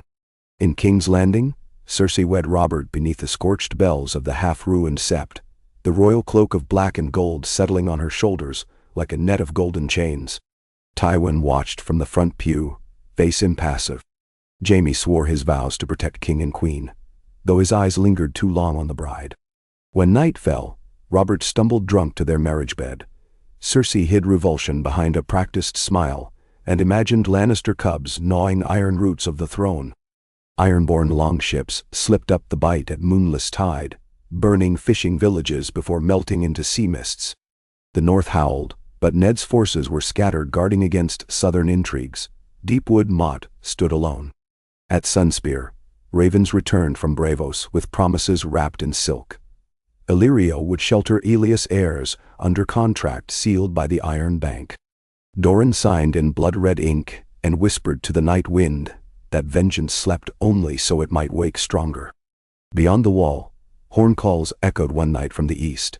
3 blasts, distant but unmistakable. Tension froze, blood icing anew. 3 blasts for others. The forest fell silent, but when dawn brightened, nothing stirred among trees, save drifting snow. Yet the ranger knew the horn had not lied. In Winterfell's solar, Lyanna stood before the hearth, Jon toddling at her skirts. The boy had begun to babble, naming things in half-formed sounds. Wolf was woo, and snow was hiss of breath. Lyanna bent, lifted him, touched his cheek. A chill raced her spine. Sudden and strange. Nan paused in her knitting. A crow flew past the window just now, milady, black as sorrow. Bad omen on a gray day. Lyanna shivered despite the fire. Jon pressed a warm palm to her lips. She kissed it and murmured, "No omen scares a sweetling." But her gaze drifted to the window where sunset bled crimson across the snow. A color too like wildfire, too like the comet's dying flame. In the red keep's highest tower, Cersei reclined while a maid brushed her gold-green hair. Outside, gulls wheeled above the black water. She hummed a lullaby once sung by her mother, then dismissed the maid and stepped to the balcony. Below, courtiers jostled in the yard, bearing petitions for grain, justice, coin. Robert had gone hawking with Renly, returning only to hunt fresh wine. Jaime sparred in the yard. Tywin drafted ledgers. Yet all their motions orbited her now, the queen. She felt heat coil beneath ribs, a twin of ambition that made pulse quicken. Soon, she vowed, a child would quicken too, one not dark like Baratheon, but bright as lion's mane. Blood could lie, and so could queens. She placed a hand upon flat belly and imagined an unborn king with green eyes. A knock at the door broke the reverie. Varys slid in, silk shoes whispering. "Grace," he said, bowing. "News from White Harbor. Lord Stark prepares to ride south for council called by your father." Cersei folded arms. "Let him come. Wolves make fine cloaks." Varys' smile was gentle. "A cloak may hide a knife, my queen, and there are whispers of frostborn demons stirring beyond the wall. Fairy tales. Fairy tales sometimes grow teeth." Varys tilted bald head. "May I suggest eyes north? Information is cheapest coin, but most precious." Cersei waved dismissive hand. "Speak with Lord Tywin." "Always," Varys purred. He bowed out. Cersei returned to balcony, but the wind felt colder than before. The king's council met beneath stone-groined ceilings smelling of fresh mortar. Robert sprawled at the head, crown askew, wine heavy in hand. Tywin, Jon Arryn, Pycelle, Varys, Stannis newly arrived from Dragonstone, and dour Ser Barristan in white. Stannis laid parchment. "Ironborn raids continue. We must dispatch fleet." Tywin retorted, "The crown cannot afford war on sea while rebuilding half the capital." Stannis' jaw clenched. "Delay invites invasion." Robert slammed fist. "Take funds from Tyrell loans." "The Tyrells lend nothing while Reach harvest fails," Pycelle wheezed. Robert cursed, rising. "I am king yet pocket poor as a hedge knight." He thrust a finger at Tywin. "Your coffers jingle loudest. Buy me ships." Tywin dipped head. "Loans, yes. At fair interest to be repaid from tariffs when docks reopen." Robert stalked to the window overlooking city sprawl. Smoke still rose from districts yet unrepaired. He felt weight of crown press skull. Allies nipped at each other like starving dogs. Enemies circled unseen. A year ago, he had swung a hammer with laughter and songs. Now songs died in ash. "Very well," he murmured. "Send terms to Pike. Cease raids or taste storms, end steel, and raise levies in the crownlands. I'll show Balon Greyjoy he meddles with the wrong king." Tywin's lips thinned, yet he inclined head. Stannis nodded curtly, victory of duty over pride. When council ended, Robert lingered alone. He pulled a strip of parchment from doublet. Nen's latest letter, written in spare northern hand. Traveling south with bride, with hope for lasting peace. offering counsel as brothers still. Robert read it thrice, then tucked it away. Peace, he thought. The word felt foreign as mercy had months before. Yet memory rose. Fresh morning on Ares' ledge, Ned at his side, roosters crowing, 2 boys dreaming of honor. Robert closed eyes. "Come south, Ned," he whispered. "Bring wolf wisdom to tame this lion-ridden throne, before I drown in the wine and lies." The comet finally guttered from the sky one icy dawn, its tail dissolving like ember ash into paling stars. Small folk woke, marveled, crossed themselves. Septons claimed sins forgiven. Red priests warned last chance lost. North of the wall, Benjen Stark watched the faint glow fade, and felt dread settle heavier, as if night itself exhaled. In Bravos, Oberyn Martell stood on the prow of a swift ship bound west, eyes on vanishing streak. He tapped dagger hilt. Ash falls.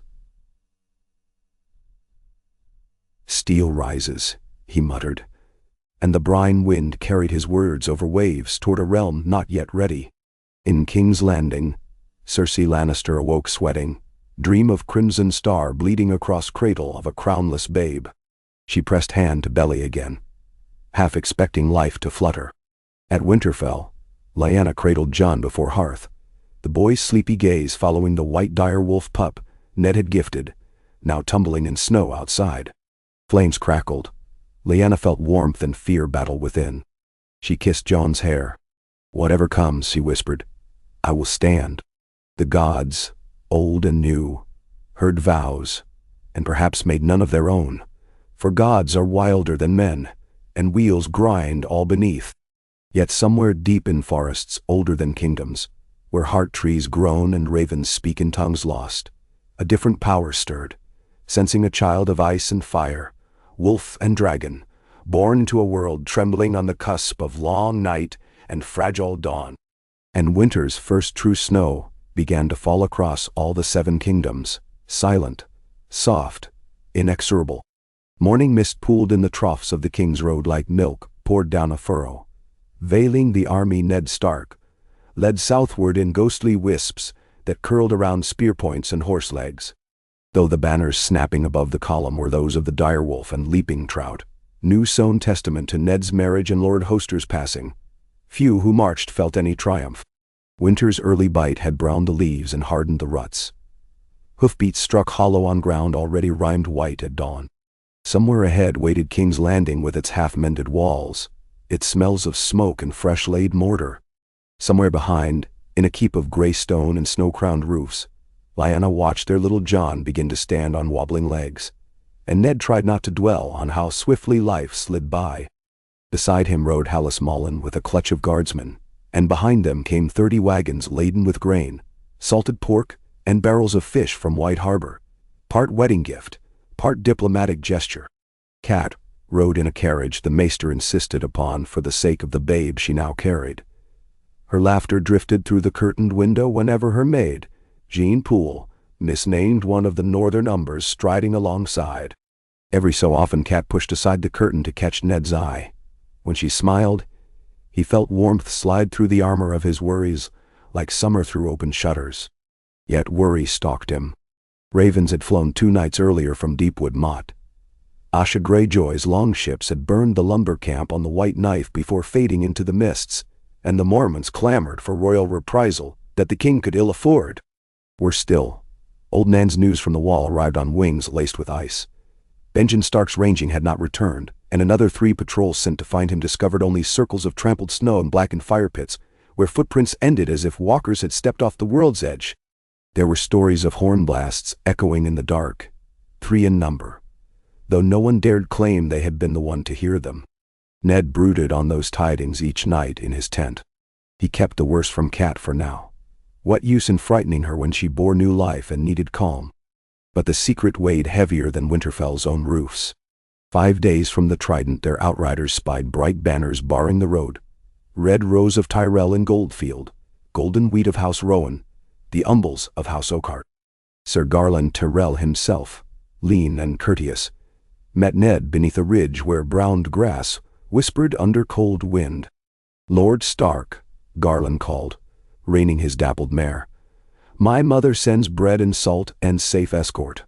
Lord Tywin's men hold the crossroads beyond these hills. Best you ride with friends." He smiled wryly. Friendship, alas, is measured in lances these days. Ned dismounted to greet him on equal footing. "You have mine, sir. Are the Lannisters truly barring travelers?" "Not in so many words. They stop all columns, count spears, collect road tolls larger than some lordlings' incomes." Garland lowered his voice. "They let none head north who may carry word of what brews in the city." "And what brews?" Ned asked. "Gold and steel," the knight said. "And resentment. Your presence will hearten some and terrify others." "Best tread lightly, my lord." King's Landing loomed larger and stranger than Ned remembered. The crown of smoke that had hovered for moons was gone, yet a darker stain lingered over every gatehouse. Char streaks, melted stone, warped like candles. The rebuilt dragon gate arches bore gilded lion heads where dragons once snarled, and the outer walls crawled with stonemasons hammering from dawn to dusk. When Ned's column clattered across the rebuilt span of the Blackwater, barefoot smallfolk lined the causeway to gape at the direwolf banners. Some fell to their knees, others made warding signs against winter spirits. A mother thrust a hollow-cheeked babe at him, begging bread. Ned tossed her 3 silver stags and glanced aside as Cat watched, tears in her bright tully eyes. Within the Red Keep, the air smelled of fresh lime wash overlaying a sour undercurrent of burned flesh that no plaster could mask. Grand Maester Pycelle tottered forth with chains jangling to greet them, reciting an oration that thanked the gods for fruitful union of river and vale, storm and rock, lion and stag, wolf and trout, yet conspicuously omitted any dragon. On the steps above, Cersei watched from behind a fan of lace, all shining green regard, while Robert lurched down 2 steps to clasp Ned in a crushing embrace that reeked of wine and leather oil. "7 hells, Ned. You took long enough," the king boomed, slapping his back. "I need you." Ned felt the man's bulk tremble. Whether from emotion or hangover he could not tell. "You have me," he said. Robert's eyes flicked to Cat, then to the rounded curve at her waist. Some flicker, loss, envy, crossed his face before he masked it with hearty grin. "Another little wolf by spring? Good. We'll need wolf pups come grown to chase these Ironborn back to their rocks." Tywin descended behind the king in robes as austere as polished ironwood. Gold cloak pinned at one shoulder with a ruby lion. He bowed the briefest fraction. "Lord Stark, may the North's chill cool these hot tempers that bedevil council." Ned inclined his head. "May the gold of the rock gild justice, my lord." Wordplay concluded. Pycelle led Ned to guest apartments near Maegor's Holdfast, spacious, but still redolent of smoke. Their cat took to her bed after the ride, and Ned strode to the council chamber, heart hammered by foreboding. Day 1 on council proved baptism by wildfire. Stannis slammed charts of coastline upon the table. The Greyjoys had struck Torrhen Square, carrying off livestock and 2 daughters of a landed knight. Lord Paxter Redwine ranted that pirates harassed Arbor shipping because the royal fleet idled half-built in Blackwater Rush. Tywin calmly produced ledgers, showing the crown's debt climbed higher than Balon's sails. "What of Dorne?" Jon Arryn asked. "We have no pledge of fealty from Prince Doran, though he sends polite letters." Dornishmen bake slow, Varys purred, like sand lizards beneath a stone. Yet one hears whispers of an alliance brewing, dragon eggs set in desert sand to hatch under a red sun. His round face held mild apology. Robert growled. "Speak plainly." "Spider." Varys spread soft hands. "Reports place Princess Elia and her children beneath Braavosi protection. The Sea Lord dines often these days with Oberyn Martell." "Oberyn." Robert's lip curled. "I'll not have vipers in my cabbage patch." Tywin's voice carried over Quill's scratching. "Then you must either woo Dorne with marriage, or break it with steel. Delays invite poison." Robert looked to Ned. "What say you?" Ned chose words with care. "Woo first, your grace, The realm bleeds still. War in the south whilst Greyjoy raids gnaw the north coast. We would be stretched thinner than a sparrow's rib. And what bride price would woo vengeful Dornish? Stannis asked. One of your daughters, Stark? Robert barked a laugh at Stannis' dryness, but discussion dissolved. No answer pleased king or lion. They adjourned past dark. That night Ned paced balcony outside his chambers, staring at embers glowing across the city as taverns shut their shutters. Cat joined him, a cloak over nightdress. My lord husband weighs the realm on his shoulders again, she teased, though worry pinched her brows. I've not yet shared my father's last words with you. Ned drew her close. What did he say? That river runs deep and cold. Do not lift oar alone. Cat rested her head on his chest. He meant you need allies, not just duty. I have you, Ned said. And I you. But others must stand when storm surges. Make friends, Ned, even among lions. He chuckled. A wolf's teeth make poor wine talk. Cat smiled. Wine is why lions stumble. She kissed him soft. Find one who sees truth beyond gold. The days that followed revealed just how far truth sank beneath coin. Tywin set a glittering trap of feasts to honor the new alliance. In halls draped with golden banners, Ned endured courses of spiced boar and arbor vintage, while knights boasted of jousts to come. Jaime Lannister, in white cloak bright as frost, forced merry grin upon Ned, and asked repeatedly whether Lyanna still rode as fiercely as she danced. Ned answered each barb with stone silence until Jaime, bored, drifted off toward the Tyrell cousins. Cersei played gracious hostess, her laughter chiming like glass. Yet once, passing Ned in a colonnade where moonlight trimmed her gown silver, she paused. Lord Stark, she said, low enough that the guards lingered out of earshot. Does your sister enjoy Winterfell's snows? I have never seen a dragon that liked the cold. Ned met her gaze, green as still water over hidden depths. She has a wolf to keep her warm. And a pup. Cersei's hand brushed her own flat belly. I've always wanted a pup. Perhaps we will both get what we desire. Now. He inclined his head and left before the purr in her voice could coil deeper. Behind him, he heard her laugh. Soft, triumphant.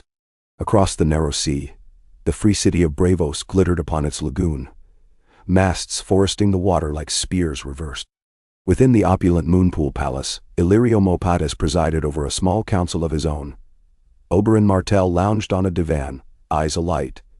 Elia held baby Aegon on her lap, while Rhaenys chased a kitten across tapestry.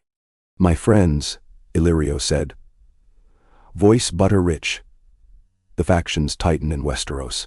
A hungry realm will follow a bright banner, and the brightest remains a dragon. Then, Oberyn flicked a hand.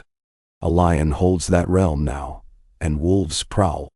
Yet what is a lion compared to a dragon's roar? And wolves can share a kill if fire chars the carcass. Elia stroked Aegon's downy hair. I will not see my children bled for banners. Nor I, Oberyn said. But bleed the men who burned their father? A sweeter wine. Illyrio leaned forward, jewels clicking. Sail east with me, Highness. In Qarth, warlocks court prophecy. They hoard dragon lore, long forgotten in Westeros. Win their favor, you win secrets to wake old bloodlines. Return not today, but when swords turn against the lion. Benawand. Elia considered the infant sleeping against her breast. If we sail for knowledge, not armies. Promise me that. On the honor of the cheesemongers of Pentos, Illyrio said solemnly, placing palm to heart. Oberyn laughed. The pact was struck. Deep in the heart of winter woods far north of Carhold, a she-bear rose on hind legs, roaring as hunters from Skagos drove torches to corner her cubs. The men wore black mail over sealskin, knives chipped from obsidian. Their leader, Harl the Skinner, served old Magnar and whispered of giants stirring from ice caves. They killed the bear, skinned her, but as they turned home, white shadows ringed the glade. One by one their torches guttered, Screams scattered ravens for leagues. When the Skinner's bloody sled reached Skagos 3 days later, drawn by a single exhausted horse, it carried only 2 halves of Harl's body, frozen mid-scream. Above the camp that night, borealis lights rippled green and cold, and the clan mothers hissed that the dead gods walked. Word reached Winterfell by traitor. Snow demons near Skagos. Lyanna summoned her steward. Send riders to White Harbor. Tell Lord Manderley. Warn Castle Black. The wall weakens. The wall, though, lacked ears for warnings. At Eastwatch, Maester Aemon, eyes misty yet mind sharp, folded Tian Skagosi's raven message with trembling hands. Vengeance still lost, he murmured. And now ghosts in Skagos. He wrote in cramped script to the capital, Night's Watch presses for men and supplies. Need crossbows, dragonglass, warm cloaks. Winter rising. The bird he sent south vanished somewhere in the cold sky, and never found rookery. Late one moonless night, Varys padded into the Tower of the Hand where Jon Arryn sat over parchment. My lord, the eunuch whispered. Dark wings bring darker words. A rider across Blackwater claims Lady Lyanna's babe bears silver streaks in raven hair. Arryn's quill paused. A rumor only. Rumors sprout roots. Varys poured honey wine. Should such a lineage reach certain ears, they might see dragon restoration in a child's tuft. Arryn pinched the bridge of his nose. He had spent months carving fragile peace. Must we crush every bud of hope? Hope can scorch a kingdom if it catches flame, my lord. Arryn stared into the flickering candle. I will write Lord Stark. He should consider sending the child farther north, perhaps to the Umbers, or to the Watch fosterlings. Varys bowed. Wise as always. Yet when he slipped into the corridor, his smile faded. Secrets caged too tightly grew sharper bars. Sometime, somehow, they would tear free. Ironborn hunger grew. Euron Crow's eye returned to Pike in late frost. His ship Silence bearing slaves from the Basilisk Isles, and golden idols pried from temples in old Volantis. Balon's brother Victarion wanted none of the Crow's eye's witchy spoils, but Euron's tales of vulnerable Reach coasts fired the younger captains. Soon 80 longships cut the sunset sea, steering toward Shield Islands.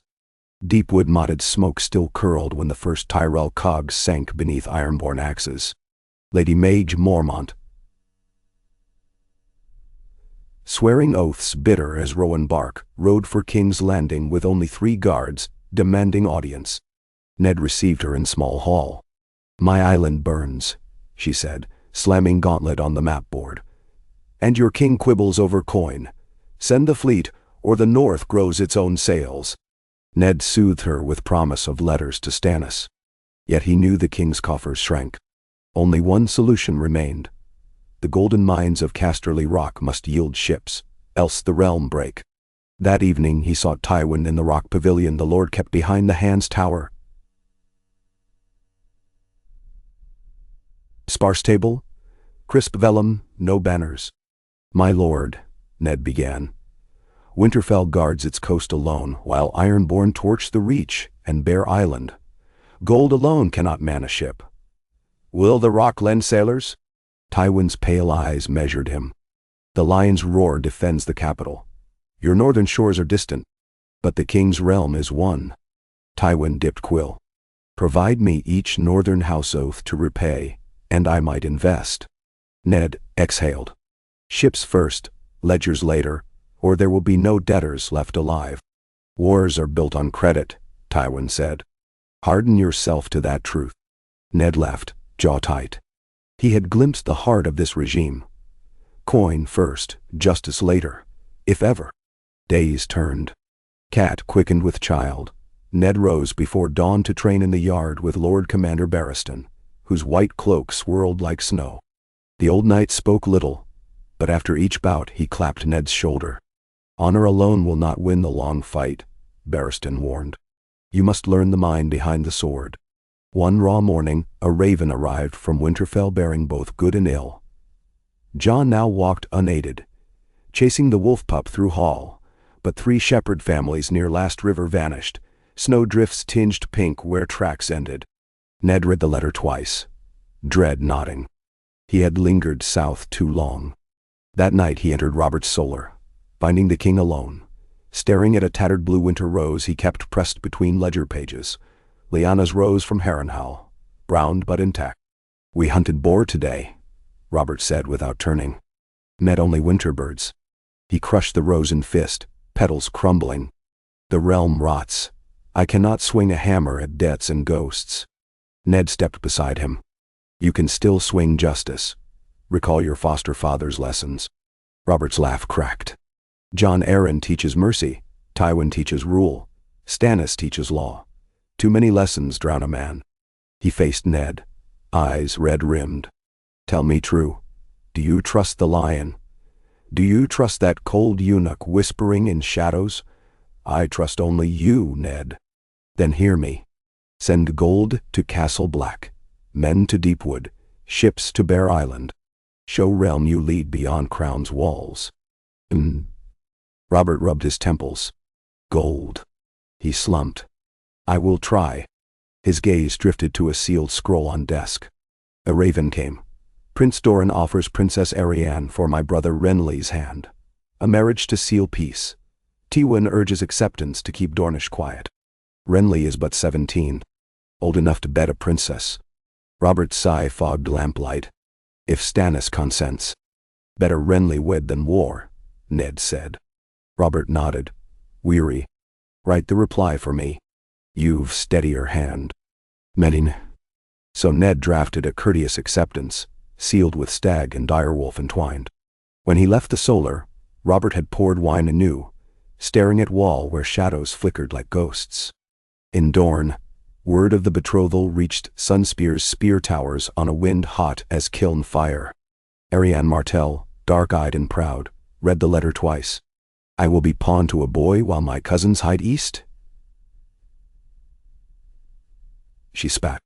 Yet she obeyed her prince-father's decree, for she saw the deeper game. A Dornish princess in the capital would gather sand in every slipper. Before she departed, Doran led her to a water-garden alcove where parchments lay rolled. "Should storms break," he told her, "unfurl these petals only when sun sets bloody. They bear seeds of vengeance." He kissed her brow.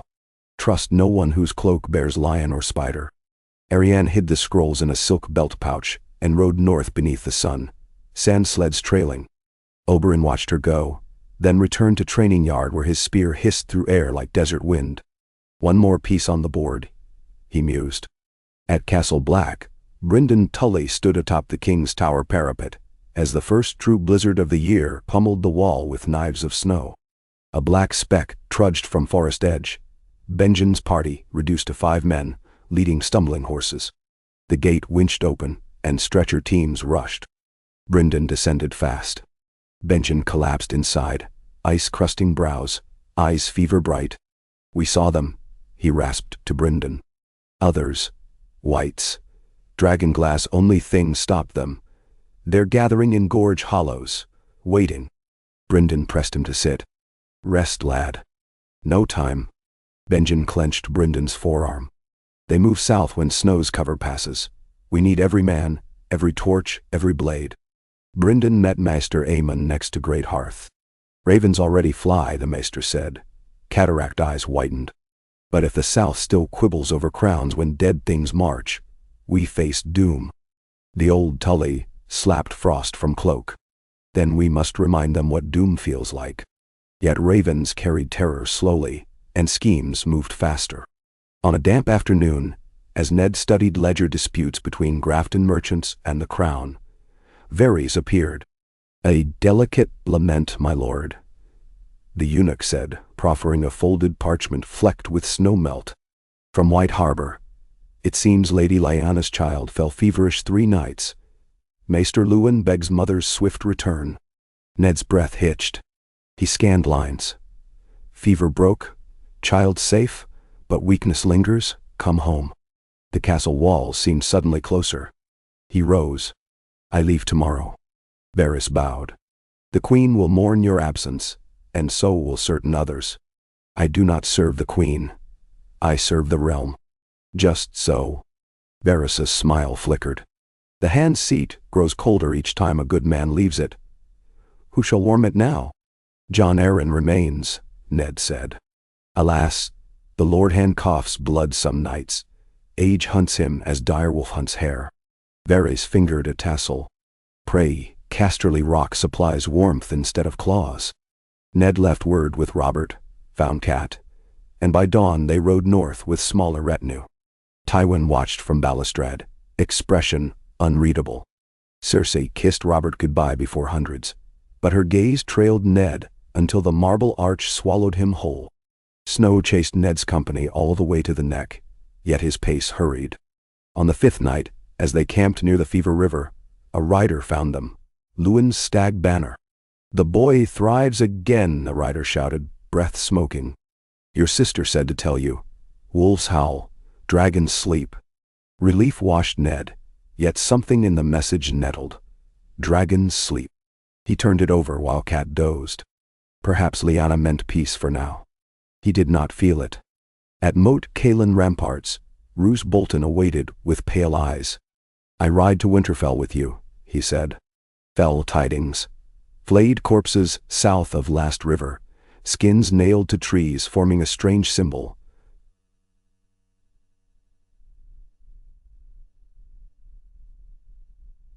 Spiral-like. "Not my work." Ned's stomach nodded. "Wildlings? North of the wall maybe," Bolton said. "But prints melted in snow.